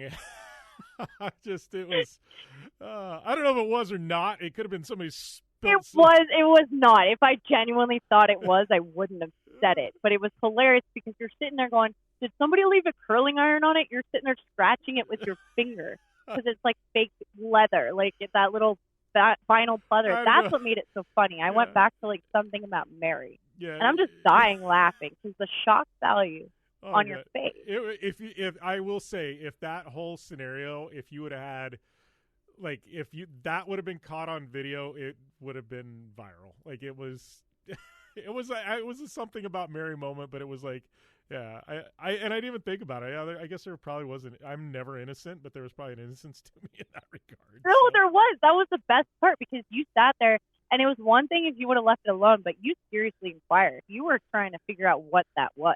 And I was like, I had to, because you kept saying it, and I kind of kept letting it go. And then after that, but what's funny is, like I said, we don't usually play these cards. So then the ongoing theme for the rest of the damn weekend, you know, I get something on my sleeve or whatever. Yeah. Like, I'm trying to think what else. But all weekend we're like, all right, it's done after this, but we're just rolling. He said our humor, and this is just in like normal life and stuff like that. Like we can go smutty, you know what I mean? Like we can, but it's like, I don't know, Britt and I just in normal life, it's like a PG-13 humor. Like we push the limits, but we don't across it. Like, there gets to the point with humor where it's just so vulgar and sexual, and like, I'm not saying it's not funny. I'm just like, you know, I don't know. Like, once in a while, like, I like 90s witty humor. We've talked about that. Yeah, it's back where you can have innuendos and you actually had comedy. Yes. Where you had to be animated and you actually had to be witty and fight for a laugh, not just get it by making some dumb, crude joke, which, again, I can still appreciate. Yeah, exactly. So I guess the last thing, we did make a quick trip up to Maine. You finally got to have Maine lobster. What'd you think? Oh. I'm just going to leave it at that. Yeah. Oh. It's even airport lobster's good out there. Yeah, that's what I will say. If you think you've had good lobster, and I've said this before, and I've had it a couple times in Maine, you haven't had lobster. Even in Boston, it's not the same. You literally. Oh, drink. Oh, I guess we needed one more before we call it quits on this. Jeez. As this segment is now, we're almost to 1.5 hours long. Hey, every now and then, you know, even if it's just for us, yeah. we just got a word vomit. The 2 people that listen to this all the way through, thank you. Wait, I'm not listening. Hold on. Oh, you're not? So the one person? It'll be interesting to see the feedback on this and see if anybody, because we get the analytics on how, you know, if they listen to 50%, 75%, 100%. It'll be interesting to see if there's a I have a really good feeling on when all that's going to taper off. Yeah, exactly. But yeah, I don't know. Maybe we'll let them run long when we have big adventures to talk about. But next week, I love it though, because now I'm really hoping that people actually chime in. So then when we start going different places, like I've told you, I want to start putting up a schedule of this is where we're at. Come join us. Yeah. Hey, tell us where to go, what to do. But it would be great to get some sort of integration and interaction with it, and actually know and have. I want more stories. Damn it. Yeah. Oh, the bar. I looked it up. The TAM. It's called the TAM. It's right. That's why I couldn't remember it. Yeah, it's right on Boston Commons. Literally right across the street from Boston Commons. It is epic. It is the local of all local bars. Yes, we did go to Cheers too, just so we could say we did. But yep. And we got a Coors Light. I think that was the first time we found a Coors Light in Austin. Thanks. Oh. All right, it's gonna be fun editing this show with a buzz. Oh, that's right. Actually, we do have to call it short. Or, well, not short, long, I guess. But, yeah, you do have to get this submitted. So. And with that, we are going to call it quits here on the podcast version, I guess. We went long. If you made it this far, man, thank you guys. You guys are diehards. But, we did this bonus. I don't know. Britt and I have been talking. I think we're going to do these bonuses and run long. You're only getting this online, definitely not on SiriusXM. But, if you did make it this far, head over to Apple Podcasts, hit the subscribe button, leave a rating review. Definitely helps us out. Give us a follow on social media. It's at JimBeaver15, at BCardone15. We're really trying to get the Twitter cranking again, so give us some follows over there. Engage with us. Big shout-out to all our amazing partners, General Tire, Vision Wheel, Ridgid Industries, GSP XTV Axles, Dirtfish Rally School, Gibson Exhaust, our boys at the Clean Freak, and pretty much everybody that continues to support us. We got some really cool content coming. We're going to be out there at San Hollow for the HCR Racing Side-by-Side Adventure Rally on the rocks. So, lots of fun stuff to come. That'll be next week's show. But thank you guys for tuning in. Have a great weekend, great week, and we'll see you next time right here on the General Tire Jim Beaver Show with Brittany Cardone.